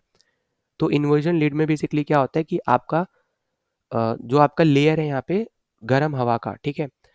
तो यहाँ पे मैं लिख दे रहा हूँ, जो आपकी यहाँ पे गर्म हवा है ना, एक तरीके से ये आपका ट्रैप कर लेती है ठंडी हवा को, ठीक है। तो यहाँ पे ये क्या करेगी, आपका जो इन्वर्जन लिड का मतलब क्या है, जहाँ पे आपका एक गर्म हवा जो है वो ट्रैप कर लेगी आपकी ठंडी हवा को ग्राउंड सरफेस के पास, ठीक है, नियर ग्राउंड, नियर ग्राउंड, ठीक है। जिसकी वजह से क्या होगा ना कि यहाँ पे ये प्रिवेंट कर देगी यहाँ पे पॉल्यूटेंट्स को जाने से, ठीक है, प्रिवेंट कर देगी यहाँ पे ये पॉल्यूटेंट्स को, ठीक है, पॉल्यूटेंट्स के मूवमेंट को आप बोल सकते हो या फिर आप बोलो उसको बाहर जाने से। तो ये बस पॉइंट याद रखना कि इन्वर्जन लिड में क्या हो रहा है कि गर्म हवा जो है वो ठंडी हवा को ट्रैप कर लेती है ग्राउंड सरफेस के पास, जिसकी वजह से पॉल्यूटेंट्स जो है वो यहाँ पे बाहर नहीं जा पाते हैं, उनको प्रिवेंट कर दिया जाता है एक तरीके से, ऐसे याद रखो। और इसी की वजह से आपका स्मोक जो है वो यहाँ पे बनता है, जो कि हेल्थ के लिए अच्छा नहीं भी है, ठीक है। तो ये भी पॉइंट यहाँ पे याद रख लेना साथ साथ में। फिर अगले पे चलते हैं। अगला आपको यहाँ पे दे रखा है कि how can one determine the relative humidity on a particular day at a place, ठीक है, एट अ गिवन प्लेस। तो आपसे अब ये बोल रहा है कि आप कैसे यहाँ पे रिलेटिव ह्यूमिडिटी को पहचान सकते हो ऑन अ पर्टिकुलर डे, कोई भी एक पर्टिकुलर प्लेस की। तो आपको यहाँ पे याद रखना है कि हम लोग इसको पहचान पाते हैं अपने टेम्परेचर और आपके एब्सोल्यूट ह्यूमिडिटी की मदद से, ठीक है। तो अपना यहाँ पे जो राइट आंसर निकल के आएगा वो बेसिकली अपना यहाँ पे निकल के आएगा यहाँ पे सी ऑप्शन। और ये भी आपका यहाँ पे डायरेक्ट थ्योरी बेस्ड क्वेश्चन है, ये भी आपको एनसीईआरटी में देखने को मिल जाएगा अगर आपने एनसीईआरटी पढ़ी होगी। तो यहाँ पे आपको बस इतना याद रखना है कि रिलेटिव ह्यूमिडिटी जो है वो आप यहाँ पे टेम्परेचर और एब्सोल्यूट जो आपकी ह्यूमिडिटी है इसके ही मदद से आप निकाल सकते हो, ये सबसे इंपॉर्टेंट चीज़ हो जाती है, ठीक है। तो यहाँ पे आई होप कि आपको चीज़ें समझ में आ रही हो। बाकी कोई भी दिक्कत होती है, कोई भी डाउट होता है, ज़रूर आप यहाँ पे मेंशन कर देना। यहाँ पे ये वाला क्वेश्चन आपका डायरेक्ट स्टैटिक बेस्ड क्वेश्चन है ये, ठीक। फिर अगले पे चलते हैं हम लोग यहाँ पे। तो अगला देखो आपको यहाँ पे जो दे रखा है कि atmospheric conditions are well govern by humidity, which one among the following में best define humidity. Humidity basically इन चारों स्टेटमेंट में से कौन सी स्टेटमेंट ज़्यादा अच्छे से बता सकती है। तो देखो ह्यूमिडिटी आपने देखा होगा, तो ह्यूमिडिटी बेसिकली आपको ना देखने को मिलती है जब आपके वाटर वेपर होते हैं एयर में, ठीक है। तो ह्यूमिडिटी बेसिकली एक तरीके से ऐसे समझो कि आपका ह्यूमिडिटी वो है जहाँ पे आपको ना थोड़ा ओस देखने को मिल जाती है। जैसे जब भी आप क्रिकेट मैचेस वगैरह देखते होगे ना, तो वो बताते हैं कि आपका अगर रात के टाइम में मैच है तो इतनी ह्यूमिडिटी हो सकती है, तो इतना ओस आने के चांसेस वगैरह है, या फिर जो भी आप बोलते हो। तो उससे आप थोड़ा रिलेट कर सकते हो कि ह्यूमिडिटी बेसिकली आपका यहाँ पे क्या है। तो ह्यूमिडिटी आपका मॉइस्चर कंटेंट है जो आपका एटमॉस्फेयर में प्रेजेंट है, ठीक है, एट अ पर्टिकुलर आपके टाइम पे या फिर आप बोल सकते हो और आपके प्लेस पे। तो आपका जो राइट आंसर निकल के आएगा वो आपका निकल के आएगा यहाँ पे डी ऑप्शन, ठीक है। तो यहाँ पे ये क्या है, ये एक आपका मॉइस्चर कंटेंट है आपके एटमॉस्फेयर में जो प्रेजेंट होगा एक पर्टिकुलर टाइम पे और एक कोई भी पर्टिकुलर प्लेस पे। तो उसको हम क्या बोलेंगे, उसको हम बोलेंगे यहाँ पे ह्यूमिडिटी, ठीक है। और बाकी अगर आप देखोगे तो आपको दे रखा है यहाँ पे कि सस्पेंडेड वाटर ड्रॉपलेट्स आपके यहाँ पे नहीं होते हैं। फिर आपको दिया है यहाँ पे कि डिपोजिशन ऑफ एटमॉस्फेरिक मॉइस्चर भी आपका यहाँ पे नहीं होता है। और ऑलमोस्ट माइक्रोस्कोपिकली स्मॉल ड्रॉप्स ऐसा भी आपका यहाँ पे कुछ नहीं होता है। तो जो सबसे क्लोजेस्ट या फिर आप बोलो एकदम करेक्ट आपकी जो स्टेटमेंट है वो आपकी यहाँ पे लास्ट ही ऑप्शन है।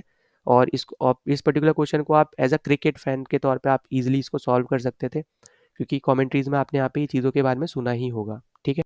ना अगले क्वेश्चन पे चलते हैं। तो अगला क्वेश्चन आपको यहाँ पे इन्वर्जन ऑफ टेम्परेचर का पूछा गया है। तो आपको बताना है कि इन्वर्जन ऑफ टेम्परेचर के रिगार्डिंग कौन सी स्टेटमेंट आपकी यहाँ पे करेक्ट है। अब देखो नॉर्मल जब हम बात करते हैं तो एल्टीट्यूड जब भी आपका यहाँ पे बढ़ता है तो आपका जो टेम्परेचर होता है जनरली आपका यहाँ पे डिक्रीज करता है। ये हमारी यहाँ पे normal day to day life वाली अगर हम बात करें तो वो अगर हम नॉर्मल टेम्परेचर के रिस्पेक्ट में बात करते हैं तो हमें यहाँ पे ये फिनोमेना देखने को मिलता है कि यहाँ पे एल्टीट्यूड और जो टेम्परेचर है ये आपस में इन्वर्सली प्रोपोर्शनल होते हैं, ठीक है। पर जब हम इन्वर्जन ऑफ टेम्परेचर की बात करते हैं तो हमें ये देखने को मिलता है कि जब आप एल्टीट्यूड को बढ़ाते हो तो आपका टेम्परेचर भी बढ़ता है, ठीक है। और अगर जब आप घटाओगे तो आपका टेम्परेचर भी क्या होगा, यहाँ पे घटेगा। तो इसको यहाँ पे याद रखने का सबसे इम्पॉर्टेंट तरीका आपका यहाँ पे यही है कि आपको सबसे पहले तो ये पता हो कि नॉर्मल टेम्परेचर पे क्या इफेक्ट पड़ता है आपके एल्टीट्यूड का। तो वो आपके इन्वर्सली प्रोपोर्शनल है, मतलब एक को घटाने पे दूसरा आपका बढ़ेगा। पर इन्वर्जन ऑफ टेम्परेचर पे आपको ये देखने को मिलेगा कि आपका जो टेम्परेचर है इसको अगर आप घटा रहे हो या फिर बढ़ा रहे हो तो वही सेम सिनेरियो आपको एल्टीट्यूड पे भी देखने को मिलेगा, ठीक है। तो आपका ये जो पहला स्टेटमेंट है एकदम करेक्ट है। और दूसरा भी आपका एकदम करेक्ट है, क्योंकि दूसरा आपको बेसिकली ये बता रहा है कि आइडियल सिचुएशन या फिर आइडियल पोजीशन बोल लो एक तरीके से, या फिर लोकेशन बोल लो, या फिर टाइम बोल लो, क्या होता है आपको इन्वर्जन ऑफ टेम्परेचर को महसूस करने का, या फिर देखने का, या फिर इस पर्टिकुलर प्रोसेस को होने का। तो वो आपका रहता है यहाँ पे जब भी ठंडियों वाली रात चल रही होती है, उस टाइम पे आपको इन्वर्जन ऑफ टेम्परेचर सबसे कॉमन आपको यहाँ पे देखने को मिलता है। ठीक है। फिर तीसरा आपको दे रखा है कि ये सिर्फ और सिर्फ आपके all all over the globe आपको ये देखने को मिलता है, पर पोल्स पे ये देखने को नहीं मिलता, तो इसलिए आपका यहाँ पे गलत हो जाएगा, क्योंकि ये बेसिकली आपका शॉर्ट टर्म है। ठीक है, ये आपका एकदम करेक्ट है कि आपका यहाँ पे ये शॉर्ट टर्म फिनोमिना होता है, तो ये तो आपका यहाँ पे एकदम करेक्ट बात है। पर इसने फिर ये बोल दिया कि आपका ऑल ओवर द ग्लोब होता है, पर एक्सेप्ट पोल, मतलब पोल पे नहीं होता, बाकी सब जगह होता है, इसलिए आपका ये गलत हो जाएगा, क्योंकि ये ऑल ओवर द ग्लोब ही होता है। ठीक है, एक्सेप्ट वाली कंडीशन यहाँ पे इनको नहीं देनी चाहिए थी, तो आपका यहाँ पे ये सही स्टेटमेंट बन जाती। तो हमारे यहाँ पे जो करेक्ट आंसर निकल के आएगा, हमारा आएगा यहाँ पे ए ऑप्शन 1 2 ओनली। ठीक है, तो इससे रिलेटेड अगर कोई भी डाउट हो तो ज़रूर आप यहाँ पे मेंशन कर देना। ठीक है, फिर अगले पे चलते हैं। अगला आपको यहाँ पे दे रखा है कि which of the following is और are functions of environment. Environment के रिगार्डिंग आपके कौन से यहाँ पे फंक्शंस हैं। तो यहाँ पे आपको पहला दे रखा है कि सप्लाइंग रिसोर्सेज। ठीक है, दूसरा आपको यहाँ पे दे रखा है सस्टेनिंग लाइफ। तीसरा आपको दे रखा है प्रोवाइडिंग एस्थेटिक सर्विसेज। तो अगर आप यहाँ पे देखोगे ना, तो आप अगर थोड़ा बहुत भी अगर आप पढ़ो सिस्टम के रिगार्डिंग, अगर आप इकोसिस्टम, इन्वायरमेंट, किसी के रिगार्डिंग भी अगर आप पढ़ो, तो हमें यहाँ पे पता है कि इन्वायरमेंट जो है एक तरीके से हमें सप्लाई करता है रिसोर्स। ठीक है, ये उसका एक फंक्शनैलिटी है। दूसरा, हम जीते भी इसी की वजह से। अगर आपका इन्वायरमेंट हो ही ना, तो आप यहाँ पे जी भी नहीं सकते हो, आपके लिए मुश्किल रहेगा यहाँ पे जीना भी, फूड आपको मिलना नहीं है। तो उससे भी आप थोड़ा आइडिया इससे लगा सकते हो। तीसरा आपको दे रखा है कि प्रोवाइडिंग एस्थेटिक सर्विसेज। ठीक है, तो ये भी आपका यहाँ पे जो स्टेटमेंट आपको दे रखा है, ये भी आपका एकदम करेक्ट है। अब एस्थेटिक सर्विसेज मतलब एक तरीके से जो सीनरी वगैरह होती है ना, जैसे आप जाते होगे कहीं पे भी घूमने फॉर एग्जांपल, तो आप जैसे मान लो माउंटेन एरिया में गए, ठीक है, वहाँ पे आपने सीनरिक व्यू देखा कि भाई क्या व्यू है ना, मतलब आपको देख के बहुत अच्छा लगा। तो ये पर्टिकुलर जो चीज़ें हैं, ये भी एक इन्वायरमेंट की वजह से ही आपको वहाँ पे देखने को मिलती है। तो ये भी एक तरीके का उसका फंक्शन ही है। ठीक है, तभी आप वहाँ पे बार बार जाने का भी आप सोचोगे कि भाई मैं उस टाइम पे वहाँ पे घूमने गया था, मुझे बहुत अच्छी चीज़ लगी थी, या फिर बहुत जगह अच्छी जगह लगी थी, तो वहाँ पे हम वापस जाके देखते हैं या फिर वापस चलते हैं। तो वो मतलब आपका एक तरीके से सीनरिक जो आपका व्यू होता है ना, वो आपको दिखाता है। ठीक है, तो ये आपका एक एस्थेटिक सर्विस है ये। तो ये भी आपकी एक फंक्शनैलिटी है इन्वायरमेंट की। ठीक है, तो ये पॉइंट भी आपको क्या रखना है, यहाँ पे याद रख लेना। बाकी सिंपल सा क्वेश्चन था, तो राइट आंसर अपना बन जाएगा यहाँ पे सी ऑप्शन 1 2 एंड 3, तीनों ही स्टेटमेंट आपकी यहाँ पे करेक्ट है। फिर अगले क्वेश्चन पे चलते हैं। अगला क्वेश्चन आपको दे रखा है कि 4 इंसान है, वो आपके ट्रैवल कर रहे हैं 4 डिफरेंट स्टेट्स में। To whom will you advise to protect oneself from blizzards. ठीक है, तो मतलब आपको ये बोल रहा है कि 4 इंसान है, 4 अलग अलग स्टेट में आपके ये ट्रैवल कर रहे हैं, तो आप उन चारों में से कौन से एक इंसान को वार्निंग दोगे कि आप यहाँ पे अपने आप को सुरक्षित रखना या फिर प्रोटेक्ट रखना अपने ब्लेजर्ड से। तो देखो यहाँ पे ब्लेजर्स मतलब एक तरीके से आप समझो कि स्ट्रॉन्ग जो विंड्स होती है ना, उनकी यहाँ पे बात हो रही है। ठीक है, तो यहाँ पे अगर हम इसके रिगार्डिंग अगर हम बात करते हैं, तो यहाँ पे आपका राइट आंसर बनेगा यहाँ पे अरुणाचल प्रदेश वाला जो आपका इंसान होगा। तो ए ऑप्शन हमारे यहाँ पे करेक्ट बनेगा। तो आपका अरुणाचल प्रदेश जो है, वो अगर आप देखोगे भी, तो आपके ऐसे एरिया में पड़ता है जहाँ पे आपको ना स्नो देखने को मिलती है। ठीक है, साथ ही साथ बहुत ज़्यादा ठंड रहती है। ठीक है, आप बोल सकते हैं एक तरीके से वहाँ पे रहना भी बहुत ज़्यादा मुश्किल है। ठीक है, हर कोई वहाँ पे इतनी जल्दी ईजिली अकोमोडेट भी नहीं कर पाता है। और जो ब्लिज़र्ड्स हैं, मतलब वो जो ठंडी हवा होती है ना, उसके साथ साथ जो कोल्ड वाली जो चीज़ें हैं, मतलब आप थोड़ा थोड़ा स्नो जैसा आपको यहाँ पे थोड़ा फील होगा कि आपके फेस पे लग रहा है, उसको हम बेसिकली यहाँ पे ब्लिज़र्ड्स बोलेंगे। ठीक है, तो वो अगर आप देखो इन चारों ऑप्शन में से ना, तो सबसे क्लोजेस्ट आपका यहाँ पे बनेगा अरुणाचल प्रदेश का ही, क्योंकि वहाँ का इन्वायरमेंट या फिर वहाँ का वेदर ही ऐसा है जहाँ पे आपको थोड़ी ठंडी हवा, बहुत तेज़ ठंडी हवा, जिसके थ्रू आपको थोड़ी ऐसा लगे कि आपके मुंह पे स्नो लग रही है, या फिर थोड़े टाइम बाद आपको बहुत ज़्यादा ठंडी लगने लग जाए। तो वो सब चीज़ें आपको ऐसी जगह पे होंगी जहाँ पे बहुत ज़्यादा ठंड हो। तो इन चारों ऑप्शन में अगर आप कंपेयर भी करोगे, तो आपको सीधे सीधे आप इजीली मार्क भी कर सकते हो कि देखो त्रिपुरा तो आपका बांग्लादेश के साथ बॉर्डर शेयर करता है, थोड़ा नीचे की तरफ है, उससे ऊपर तो आपका असम एरिया ही पड़ जाता है, और असम से ऊपर फिर आपका अरुणाचल प्रदेश ही है। और उड़ीसा तो आपका यहाँ पे ईस्टर्न कोस्ट पे है, तो वहाँ पे ब्लिजर्ड्स का तो कोई चांस नहीं है। साइक्लोन वगैरह आप तब भी यहाँ पे बोल सकते थे। ठीक है, तो इसलिए हमारे यहाँ पे करेक्ट आंसर बनेगा यहाँ पे ए ऑप्शन आपका अरुणाचल प्रदेश वाला। फिर अगला देखो आप, तो आपको अब यहाँ पे दे रखे हैं कुछ ट्राइब्स वगैरह आपको यहाँ पे अच्छा, यहाँ पे अभी माउंटेन्स वाला ही चल रहा है, तो अभी हम आगे ट्राइब्स वाला भी कर लेंगे। तो यहाँ पे आपको दे रखा है कि in the region of eastern shore of Adriatic sea a cold and dry wind blowing down from the mountain is known as. अब देखो यहाँ पे बस डायरेक्ट आपका स्टैटिक बेस्ड क्वेश्चन है, उस टाइम पे हो सकता है आपका ये न्यूज़ में रहा होगा, तो इसलिए आपसे यहाँ पे ये पूछ लिया गया है। तो यहाँ पे अपना जो राइट आंसर बनेगा वो आपका बनने वाला है यहाँ पे बी ऑप्शन बोरा। ठीक है, बस इसका नाम बताना था आपको। तो यहाँ पे जैसे आपको पता होगा कि 3 तरीके की विंड्स होती है ना? एक आपकी होती है यहाँ पे परमानेंट विंड, ठीक है? एक आपकी होती है परमानेंट विंड, एक आपकी होती है यहाँ पे सीज़नल विंड और कुछ आपकी होती है यहाँ पे लोकल विंड्स, ठीक है? तो ये सब क्या है यहाँ पे, ये टाइप्स ऑफ विंड्स है। 3 तरीके के टाइप्स होते हैं विंड्स के, पहला परमानेंट विंड, दूसरा आपका सीज़नल विंड, तीसरा आपका यहाँ पे लोकल विंड, ठीक है? अब ये जो परमानेंट विंड है, इनके भी कुछ यहाँ पे टाइप्स होते हैं, ये आपको पता होना चाहिए। जैसे आपके ट्रेड विंड्स इसके टाइप है। फिर इसके अलावा आपका ईस्टर्लीज, ठीक है, ईस्टर्लीज।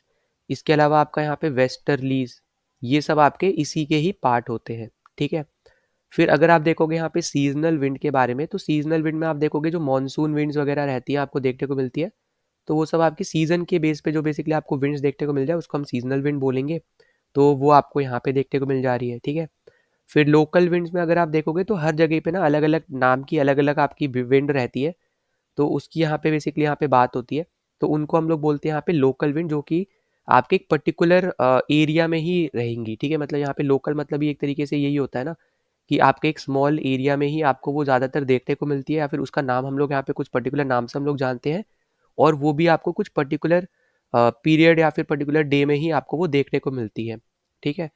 तो इसी तरीके की आपकी यहाँ पे जो आपको बोरा दे रखा है, तो बोरा भी आपके यहाँ पे विंड का ही यहाँ पे एक पार्ट है, उसका यहाँ पे ये नाम है, ठीक है।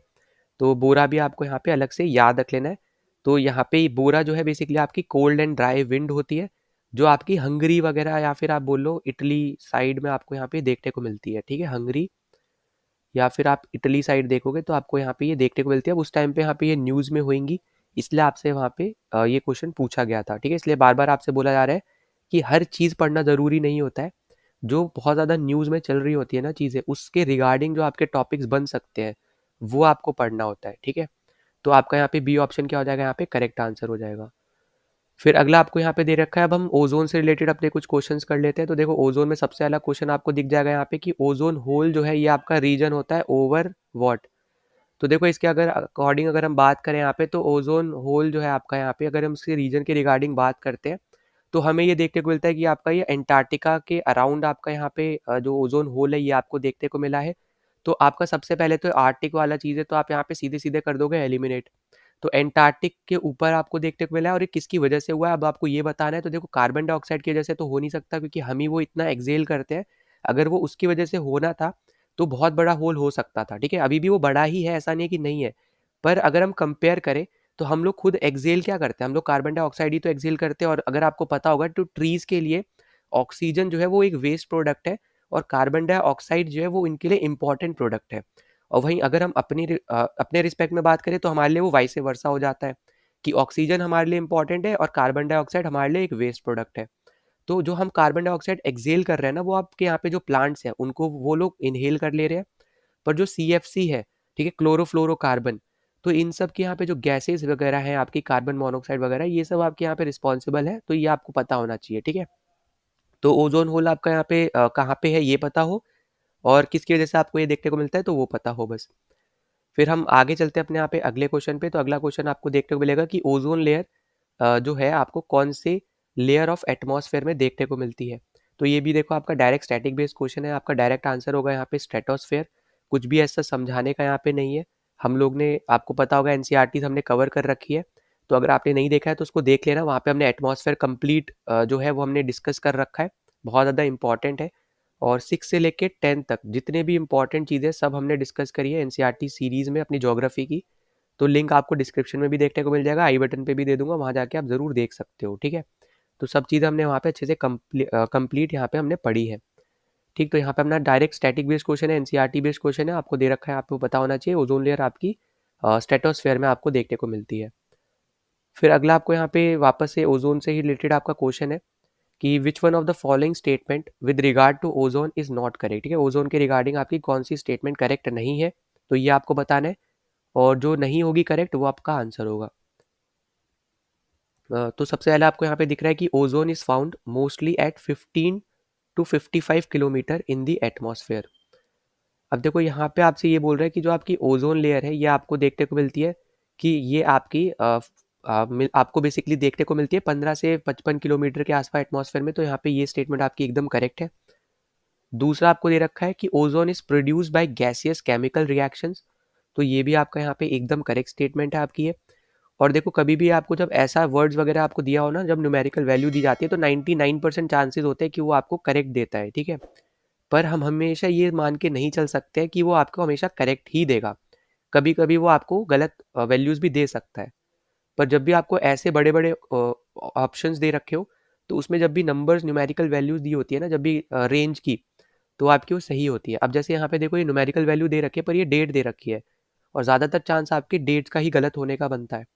तो यहाँ पे भी जो आपका चांस बना है वो बेसिकली आपके डेट का ही गलत होने का बना है। तो सी ऑप्शन हमारा यहाँ पे गलत है, क्योंकि आपका यहाँ पे जो दे रखा है कि 16 November is celebrated as the international day for preservation of the ozone layer, ये आपका गलत है। क्योंकि आपका जो डे होता है वो बेसिकली होता है यहाँ पे 16 सितंबर, ठीक है। नवंबर नहीं होता, सितंबर होता है, तो इसलिए आपका ये गलत हो जाएगा। और बाकी आपका डी ऑप्शन करेक्ट है कि ozone is a form of oxygen in which 3 ozone atoms are bonded together. मतलब यहाँ पे इसका केमिकल फॉर्मूला अगर देखें तो O3 बनता है, हमें पता ही है, ठीक है, केमिस्ट्री हमने देखा ही है। फिर आगे चलते हैं। तो आगे आपको दे रखा है कि which one of the following is not influence the ocean current. तो इनमें से क्या चीज़ आपके ओशन करेंट्स को इन्फ्लुएंस नहीं करते, ये आपसे पूछा जा रहा है। तो देखो यहाँ पे आपको याद रखना है, विंड जो है यहाँ पे ये करेगी आपके इन्फ्लुएंस। हीटिंग जो आपको देखने को मिलती है सोलर एनर्जी से रिलेटेड, ये भी आपकी इन्फ्लुएंस करेगी।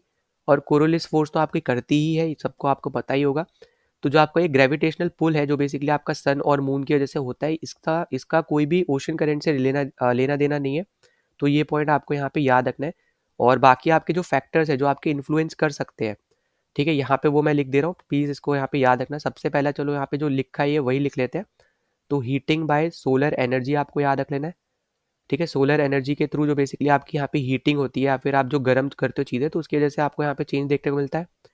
विंड की वजह से आपको देखने को मिलेगा, फिर ग्रेविटी की वजह से आपको ये देखने को मिलेगा, फिर आपको यहाँ पे कोरोलिस फोर्स जो है आपको, ठीक है, उसकी वजह से भी आपको यहाँ पे ये देखने को मिलता है। ये सब आपके हैं यहाँ पे प्राइमरी रीजन, ये सब आपके यहाँ पे प्राइमरी रीजंस बोल सकते हो या फिर प्राइमरी फैक्टर्स है यहाँ पे ये जो इन्फ्लुएंस करते हैं, ठीक है, प्राइमरी फैक्टर्स। इसके अलावा यहाँ पे दो आपके सेकेंडरी फैक्टर्स भी होते हैं। सेकेंडरी फैक्टर्स भी आपके यहाँ पे ये होते हैं। पहला होता है आपका यहाँ पे टेम्परेचर डिफरेंस, ठीक है। अगर टेम्परेचर डिफरेंस है तो भी आपको ओशन करंट में आपको चेंज देखने को मिल सकता है। और फिर एक आपका होता है यहाँ पे सैलिनिटी डिफरेंस, मतलब यहाँ पे कितना ज़्यादा वाटर आपका सेलाइन वगैरह है उसके बेसिस पे भी आपको चेंजेस वगैरह देखने को मिल सकते हैं। तो यहाँ पे ये दो आपकी अलग सी चीज़ें होती है जो आपको हम लोग देखते हैं, मतलब बेसिकली सेकेंडरी फोर्सेज में या फिर सेकेंडरी फैक्टर्स में आपकी यहाँ पे ये आती है। तो ये पॉइंट भी आपको यहाँ पे याद रख लेना है, ठीक है। और कोरोलिस इफेक्ट जो आपको पता ही है, बाकी आपका रोटेशन ऑफ अर्थ की वजह से आपका यहाँ पे ये होता है, रोटेशन ऑफ दी अर्थ की वजह से आपको यहाँ पे ये देखने को मिलता है कोरोलिस फोर्स जो है, ठीक है। तो ये पॉइंट भी आपको यहाँ पे याद रख लेना। बाकी आपका यहाँ पे जो ये देखने को मिलेगा कि आपको यहाँ पे ये जो छः फैक्टर्स है, ठीक है, स्पेशली अगर हम बात करें प्राइमरी के 4 और 2 आपके सेकेंडरी, तो मिला के जो आपके 6 फैक्टर्स है आप सबको यहाँ पे ये चीज़ें याद रखनी है। ना अगले क्वेश्चन पे चलते हैं। तो अगला क्वेश्चन आपको यहाँ पे CDS 2024 का ही आपको यहाँ पे दे रखा है, पिछले ही पेपर का आपका यहाँ पे क्वेश्चन है। तो ये आपका ओशन करंट से रिलेटेड आपका क्वेश्चन पूछा हुआ है। तो पहला स्टेटमेंट आपको ये बोल रहा है कि ओशन करंट जो होते हैं वो आपके डोमिनेट करते हैं ह्यूज सरफेस को, जिसकी वजह से आपको ग्लोबल सरफेस में विंड पैटर्न में चेंजेस देखने को मिलते हैं। तो यहाँ पे एकदम करेक्ट है। और आपको शायद पता भी होगा कि आपके जो ओशन करेंट्स है, कुछ आपके होते हैं कोल्ड ओशन करंट, कुछ आपके होते हैं वो आपके हॉट ओशन करंट, जो हमने पिछले 2 वीडियोस में पढ़े भी हैं, ठीक है। तो वहाँ पे भी हमने ये चीज़ डिस्कस करी थी कि आपके जितने भी कोल्ड ओशन करेंट्स हैं वो सब आपको ना, जो आपके डेजर्ट्स है, हॉट डेजर्ट जैसे सहारा है, उसके पास आपको एक कोल्ड करंट दिखेगा। आटाकामा डेजर्ट आपका है यहाँ पे साउथ अमेरिका में, उसके पास आपको दिखेगा।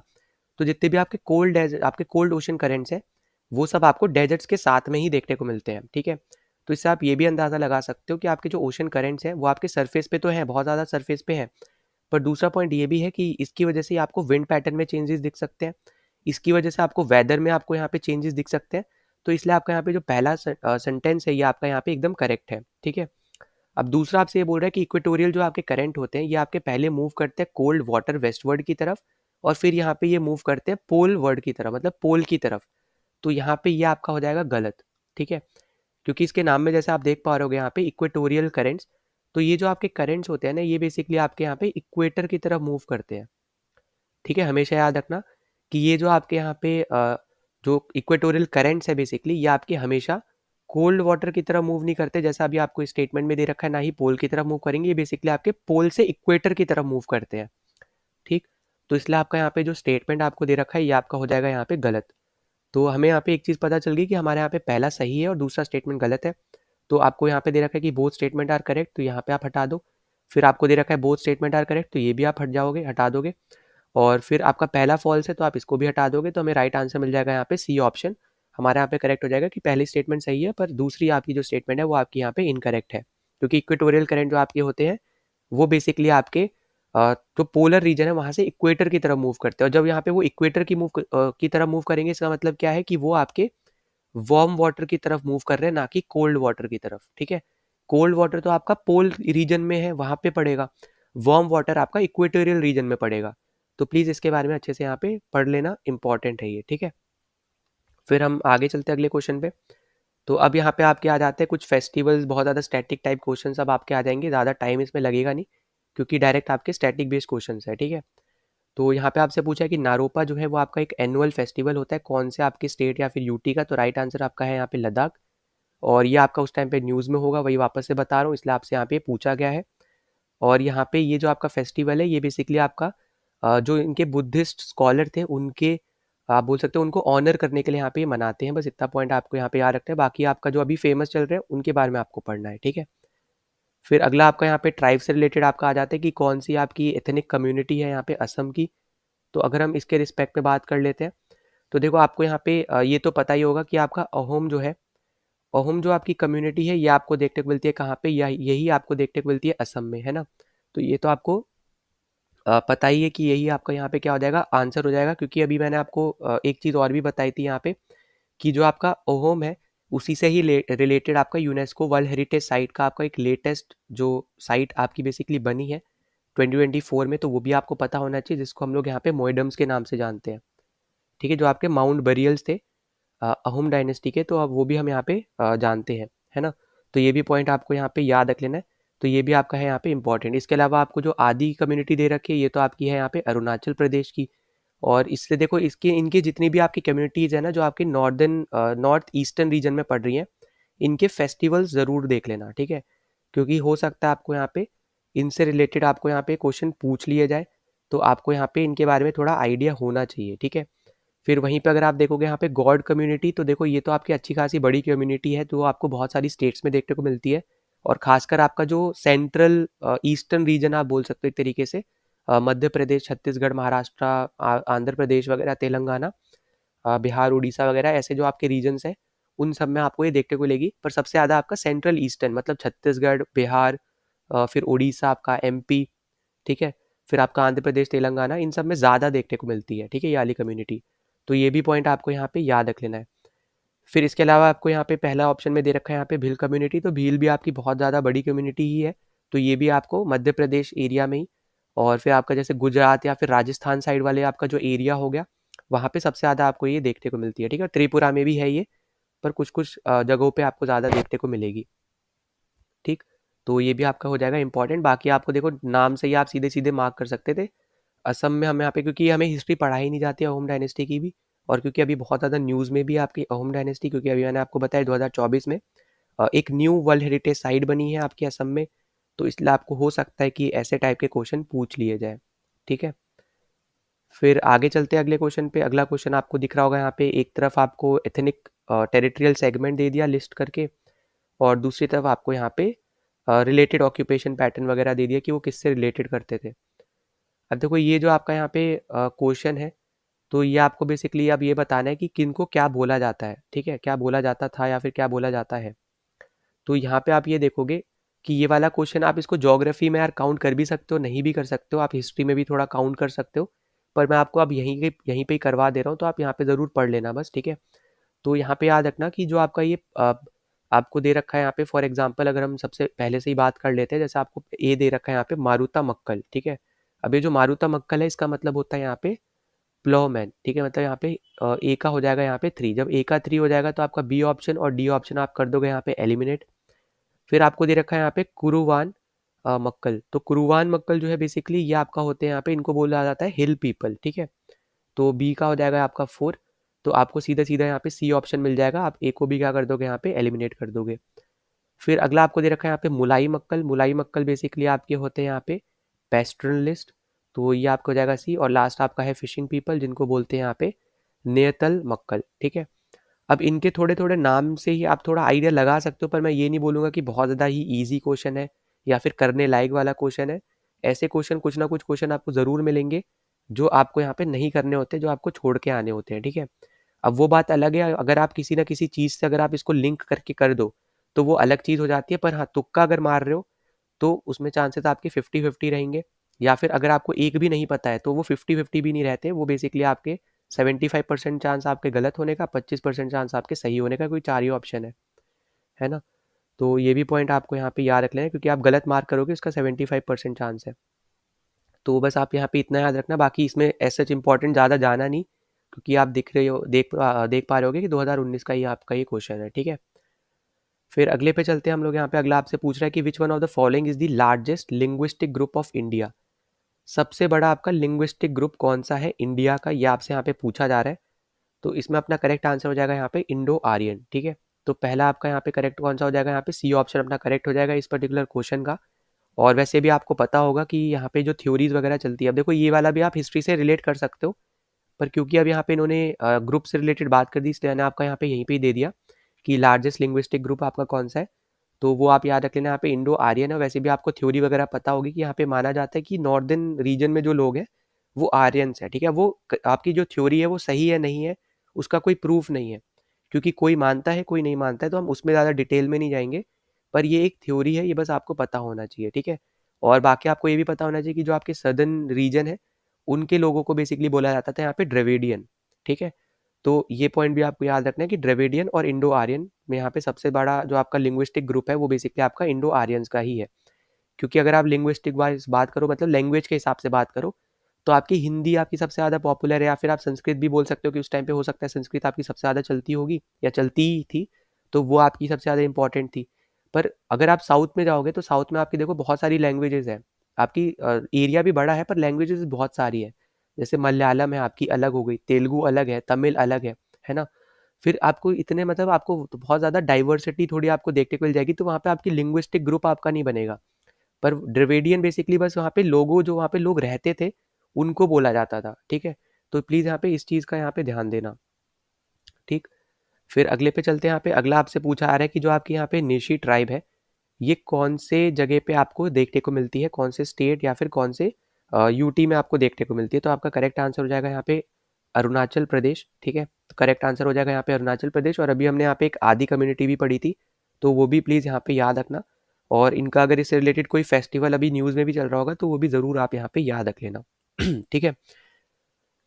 फिर अगले पे चलते हैं। अगला आपको यहाँ पे दिया जा रहा है the major part of Central Asia is dominated by which one of the following language families, मतलब जो आपका सेंट्रल एशिया वाला रीजन है वो कौन से लोगों के द्वारा, जो आपकी बेसिकली लैंग्वेज बोली जाती थी, कौन से लैंग्वेज फैमिली के लोगों के द्वारा डोमिनेटेड रीजन है आपका सेंट्रल एशिया। तो यहाँ पे जो आपका करेक्ट आंसर बनेगा वो आपका बनेगा यहाँ पे यूरोपियन, ठीक है। तो राइट आंसर बनेगा यहाँ पे इंडो यूरोपियन।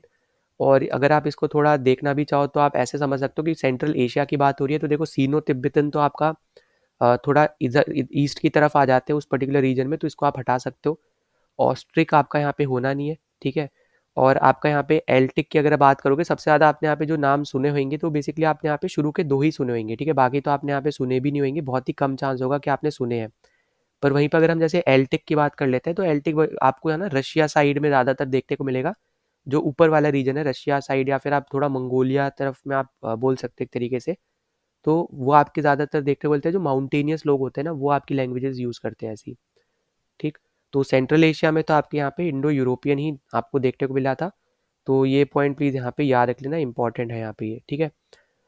और बाकी आपका ऑस्ट्रिक तो आपको देखने को मिल जाएगा, कहीं कहीं पे इसी को ही ऑस्ट्रेलिया से भी कभी कभी कंपेयर कर देते हैं, तो वो पॉइंट आप अलग से याद रख सकते हो। बाकी आपका यहाँ पे जो टर्म है बेसिकली आपका जो लोग थे बेसिकली वहाँ के, ऑस्ट्रिया के, ऑस्ट्रेलिया आप बोल सकते हो, तो उससे रिलेटेड आपकी ये टर्म है, पर ऐसा आपके लिए इंपॉर्टेंट नहीं है, क्योंकि आपको इंडो तिब्बतन, मतलब इंडो तिब्बतन बोल रहा हूँ, आपका इंडो यूरोपियन, आपका सेंट्रल एशिया की बात बेसिकली यहाँ पे करी जा रही है। और बाकी आपके एल्टिक तो वो लोग थे जो आपके माउंटेनियस रीजन पे रहते थे, रशिया की तरफ वाले, जो आपका बड़ा सा रीजन है उस तरफ में, ठीक है, मंगोलिया साइड और रशिया साइड ऊपर, उन सब रीजन्स में, ठीक। तो ये बस आपको यहाँ पे याद रख लेना। बाकी आपका ऑस्ट्रिक रीजन, आपका जो पैसिफिक आइलैंड्स वगैरह है वहाँ पे आपको देखने को मिलता है, जो यहाँ पे दे रखा है। और ये वाले तो आपका जो चाइना साइड, जो तिब्बत साइड है, वो सब आपके हो जाएंगे ईस्टर्न कंट्रीज वगैरह, ठीक है। फिर अगले पे चलते हैं। यहाँ पे अगला आपसे बोला जा रहा है यहाँ पे कि which one of the following is not among the principal languages of J&K। इनमें से कौन सी आपकी प्रिंसिपल लैंग्वेज नहीं है J&K की? तो जो नहीं है वो हमारा आंसर होगा नॉट। बेसिकली आपसे जो पूछा जा रहा है, नॉट हमारा यहाँ पे आंसर बनेगा। तो यहाँ पे हमें पता है उर्दू वहाँ पे बोली जाती है, ठीक है। तो यहाँ पे ये तो आपकी होने वाली है, ठीक है, मतलब यहाँ पे ये तो आपका आंसर होना नहीं है। इसके अलावा आप देखोगे यहाँ पे गुजारी भी बोली जाती है। फिर इसके अलावा आप देखोगे यहाँ पे कि जो कोश दे रखा है ये भी आपकी बोली जाती है। इसके अलावा आपकी यहाँ पे बोली जाती है भादरवाही, ठीक है, भादरवाही। और एक आपकी होती है यहाँ पे बाल्टी, ठीक है। ये आपकी 5 लैंग्वेजेस है, बहुत ज़्यादा आपकी यहाँ पे बोली जाती थी, अभी भी देखोगे तो कहीं कहीं रीजन्स में बोली जाती है। पर आपकी ये जो मोंगपा है, ठीक है, मोनपा, मोनपा जो आपकी है ये आपकी नहीं बोली जाती है, तो ये प्लीज़ यहाँ पे याद रख लेना, ठीक है। और मोनपा जो बेसिकली आपको दिखेंगे तो ये आपको यहाँ पे अरुणाचल प्रदेश में आपकी यहाँ पे आप बोल सकते हैं यहाँ पे वहाँ की लैंग्वेज में से एक है, ठीक है। तो ये प्लीज़ यहाँ पे याद रख लेना। और बाकी आपका यहाँ पे जो मोनपा है, बेसिकली आपके जो लोग होते हैं मोनपास, उनकी लैंग्वेज है, उन्हीं की लैंग्वेज को कभी कभी यहाँ पे आपके मोनपा बोल दिया जाता है। और ये आपके अरुणाचल प्रदेश या फिर तिब्बत जो आपका रीजन है, वहाँ के लोगों को जनरली बोला जाता है, ठीक है। वहाँ की लैंग्वेज जो आपके बोलते हैं वो आपकी ये वाली लैंग्वेज होती है। फिर आगे बात करते हैं यहाँ पे। तो आगे आपका यहाँ पे दे रखा है कि the Shompens are vulnerable tribes, tribal group of, कौन से आपके स्टेट के हैं, ठीक है। तो शोम्पेन जो आपके हैं ये कौन से आपके स्टेट के हैं, ये आपसे पूछा जा रहा है। तो राइट आंसर अपना यहाँ पे निकल के आएगा अंडमान एंड निकोबार आइलैंड्स। और देखो आपके अभी बहुत ज़्यादा न्यूज़ में भी आपके कुछ ट्राइब्स चल रहे थे जिन्होंने पहली बार वोट दिया है, वो सब भी आप ज़रूर यहाँ पे देख लेना। वो मैं आपको पहले करा भी चुका हूँ, पर आपको अभी भी देख लेना, इंपॉर्टेंट आपका यहाँ पे रहेगा, ठीक है। इसके अलावा अंडमान एंड निकोबार के कौन से और आपके ट्राइब्स हैं वो आप देख लेना, जैसे आपके ओंगे, ठीक है। फिर आपका यहाँ पे एक आ जाता है जरावा। जरावा के बाद आपका सबसे इंपॉर्टेंट है यहाँ पे सेंथनलीज, ठीक है। फिर एक आपका आ जाता है यहाँ पे नेग्रीतो, नेग्रीतो। तो ये सब भी ट्राइब्स आपको यहाँ पे याद रखने, बाकी आपका यहाँ पे शोम्पेन तो है ही, ठीक है। तो ये सब ट्राइब्स के नाम आपको पता होने चाहिए, हो सकता है आपसे यहाँ पे पूछ लिया जाए। तो यहाँ पे करेक्ट आंसर कौन सा है, यहाँ पे डी ऑप्शन अपना यहाँ पे करेक्ट आंसर है। तो इसके साथ हमने यहाँ पे अपने इन टॉपिक्स के सारे क्वेश्चन पिछले 6 साल में जो भी आपसे पूछे थे सब हमने डिस्कस कर लिया। अगर आप पहली बार आए थे चैनल पे तो प्लीज़ सब्सक्राइब कर देना, वीडियो को शेयर, वीडियो को लाइक कर देना, ताकि ज़्यादा से ज़्यादा लोगों तक वीडियो पहुँच पाए, उनकी भी यहाँ पे हेल्प हो पाए। बाकी आपको कोई डाउट होता है तो यहाँ पे कमेंट सेक्शन में मेंशन कर देना, वरना आप टेलीग्राम चैनल ज्वाइन कर लो, वहाँ पे आपको इसकी पीडीएफ भी वैसे देखने को मिल जाएगी, और अपने आप वहाँ पे डाउट्स भी पूछ सकते हो, मुझसे भी पर्सनली पूछ सकते हो। बाकी यहाँ पे जो आपकी तरह लोग पढ़ रहे हैं, यहाँ पे प्रिपेयर कर रहे हैं, वो भी आपके डाउट्स क्लियर कर देंगे, ठीक है। तो लिंक डिस्क्रिप्शन में टेलीग्राम का, वहाँ पे जाके आप इसको ज्वाइन कर लेना चैनल को, वहाँ पे आपको पीडीएफ भी देखने को मिल जाएगी चैनल पे ही। तो चलो मिलते हैं नेक्स्ट वीडियो में। जय हिंद।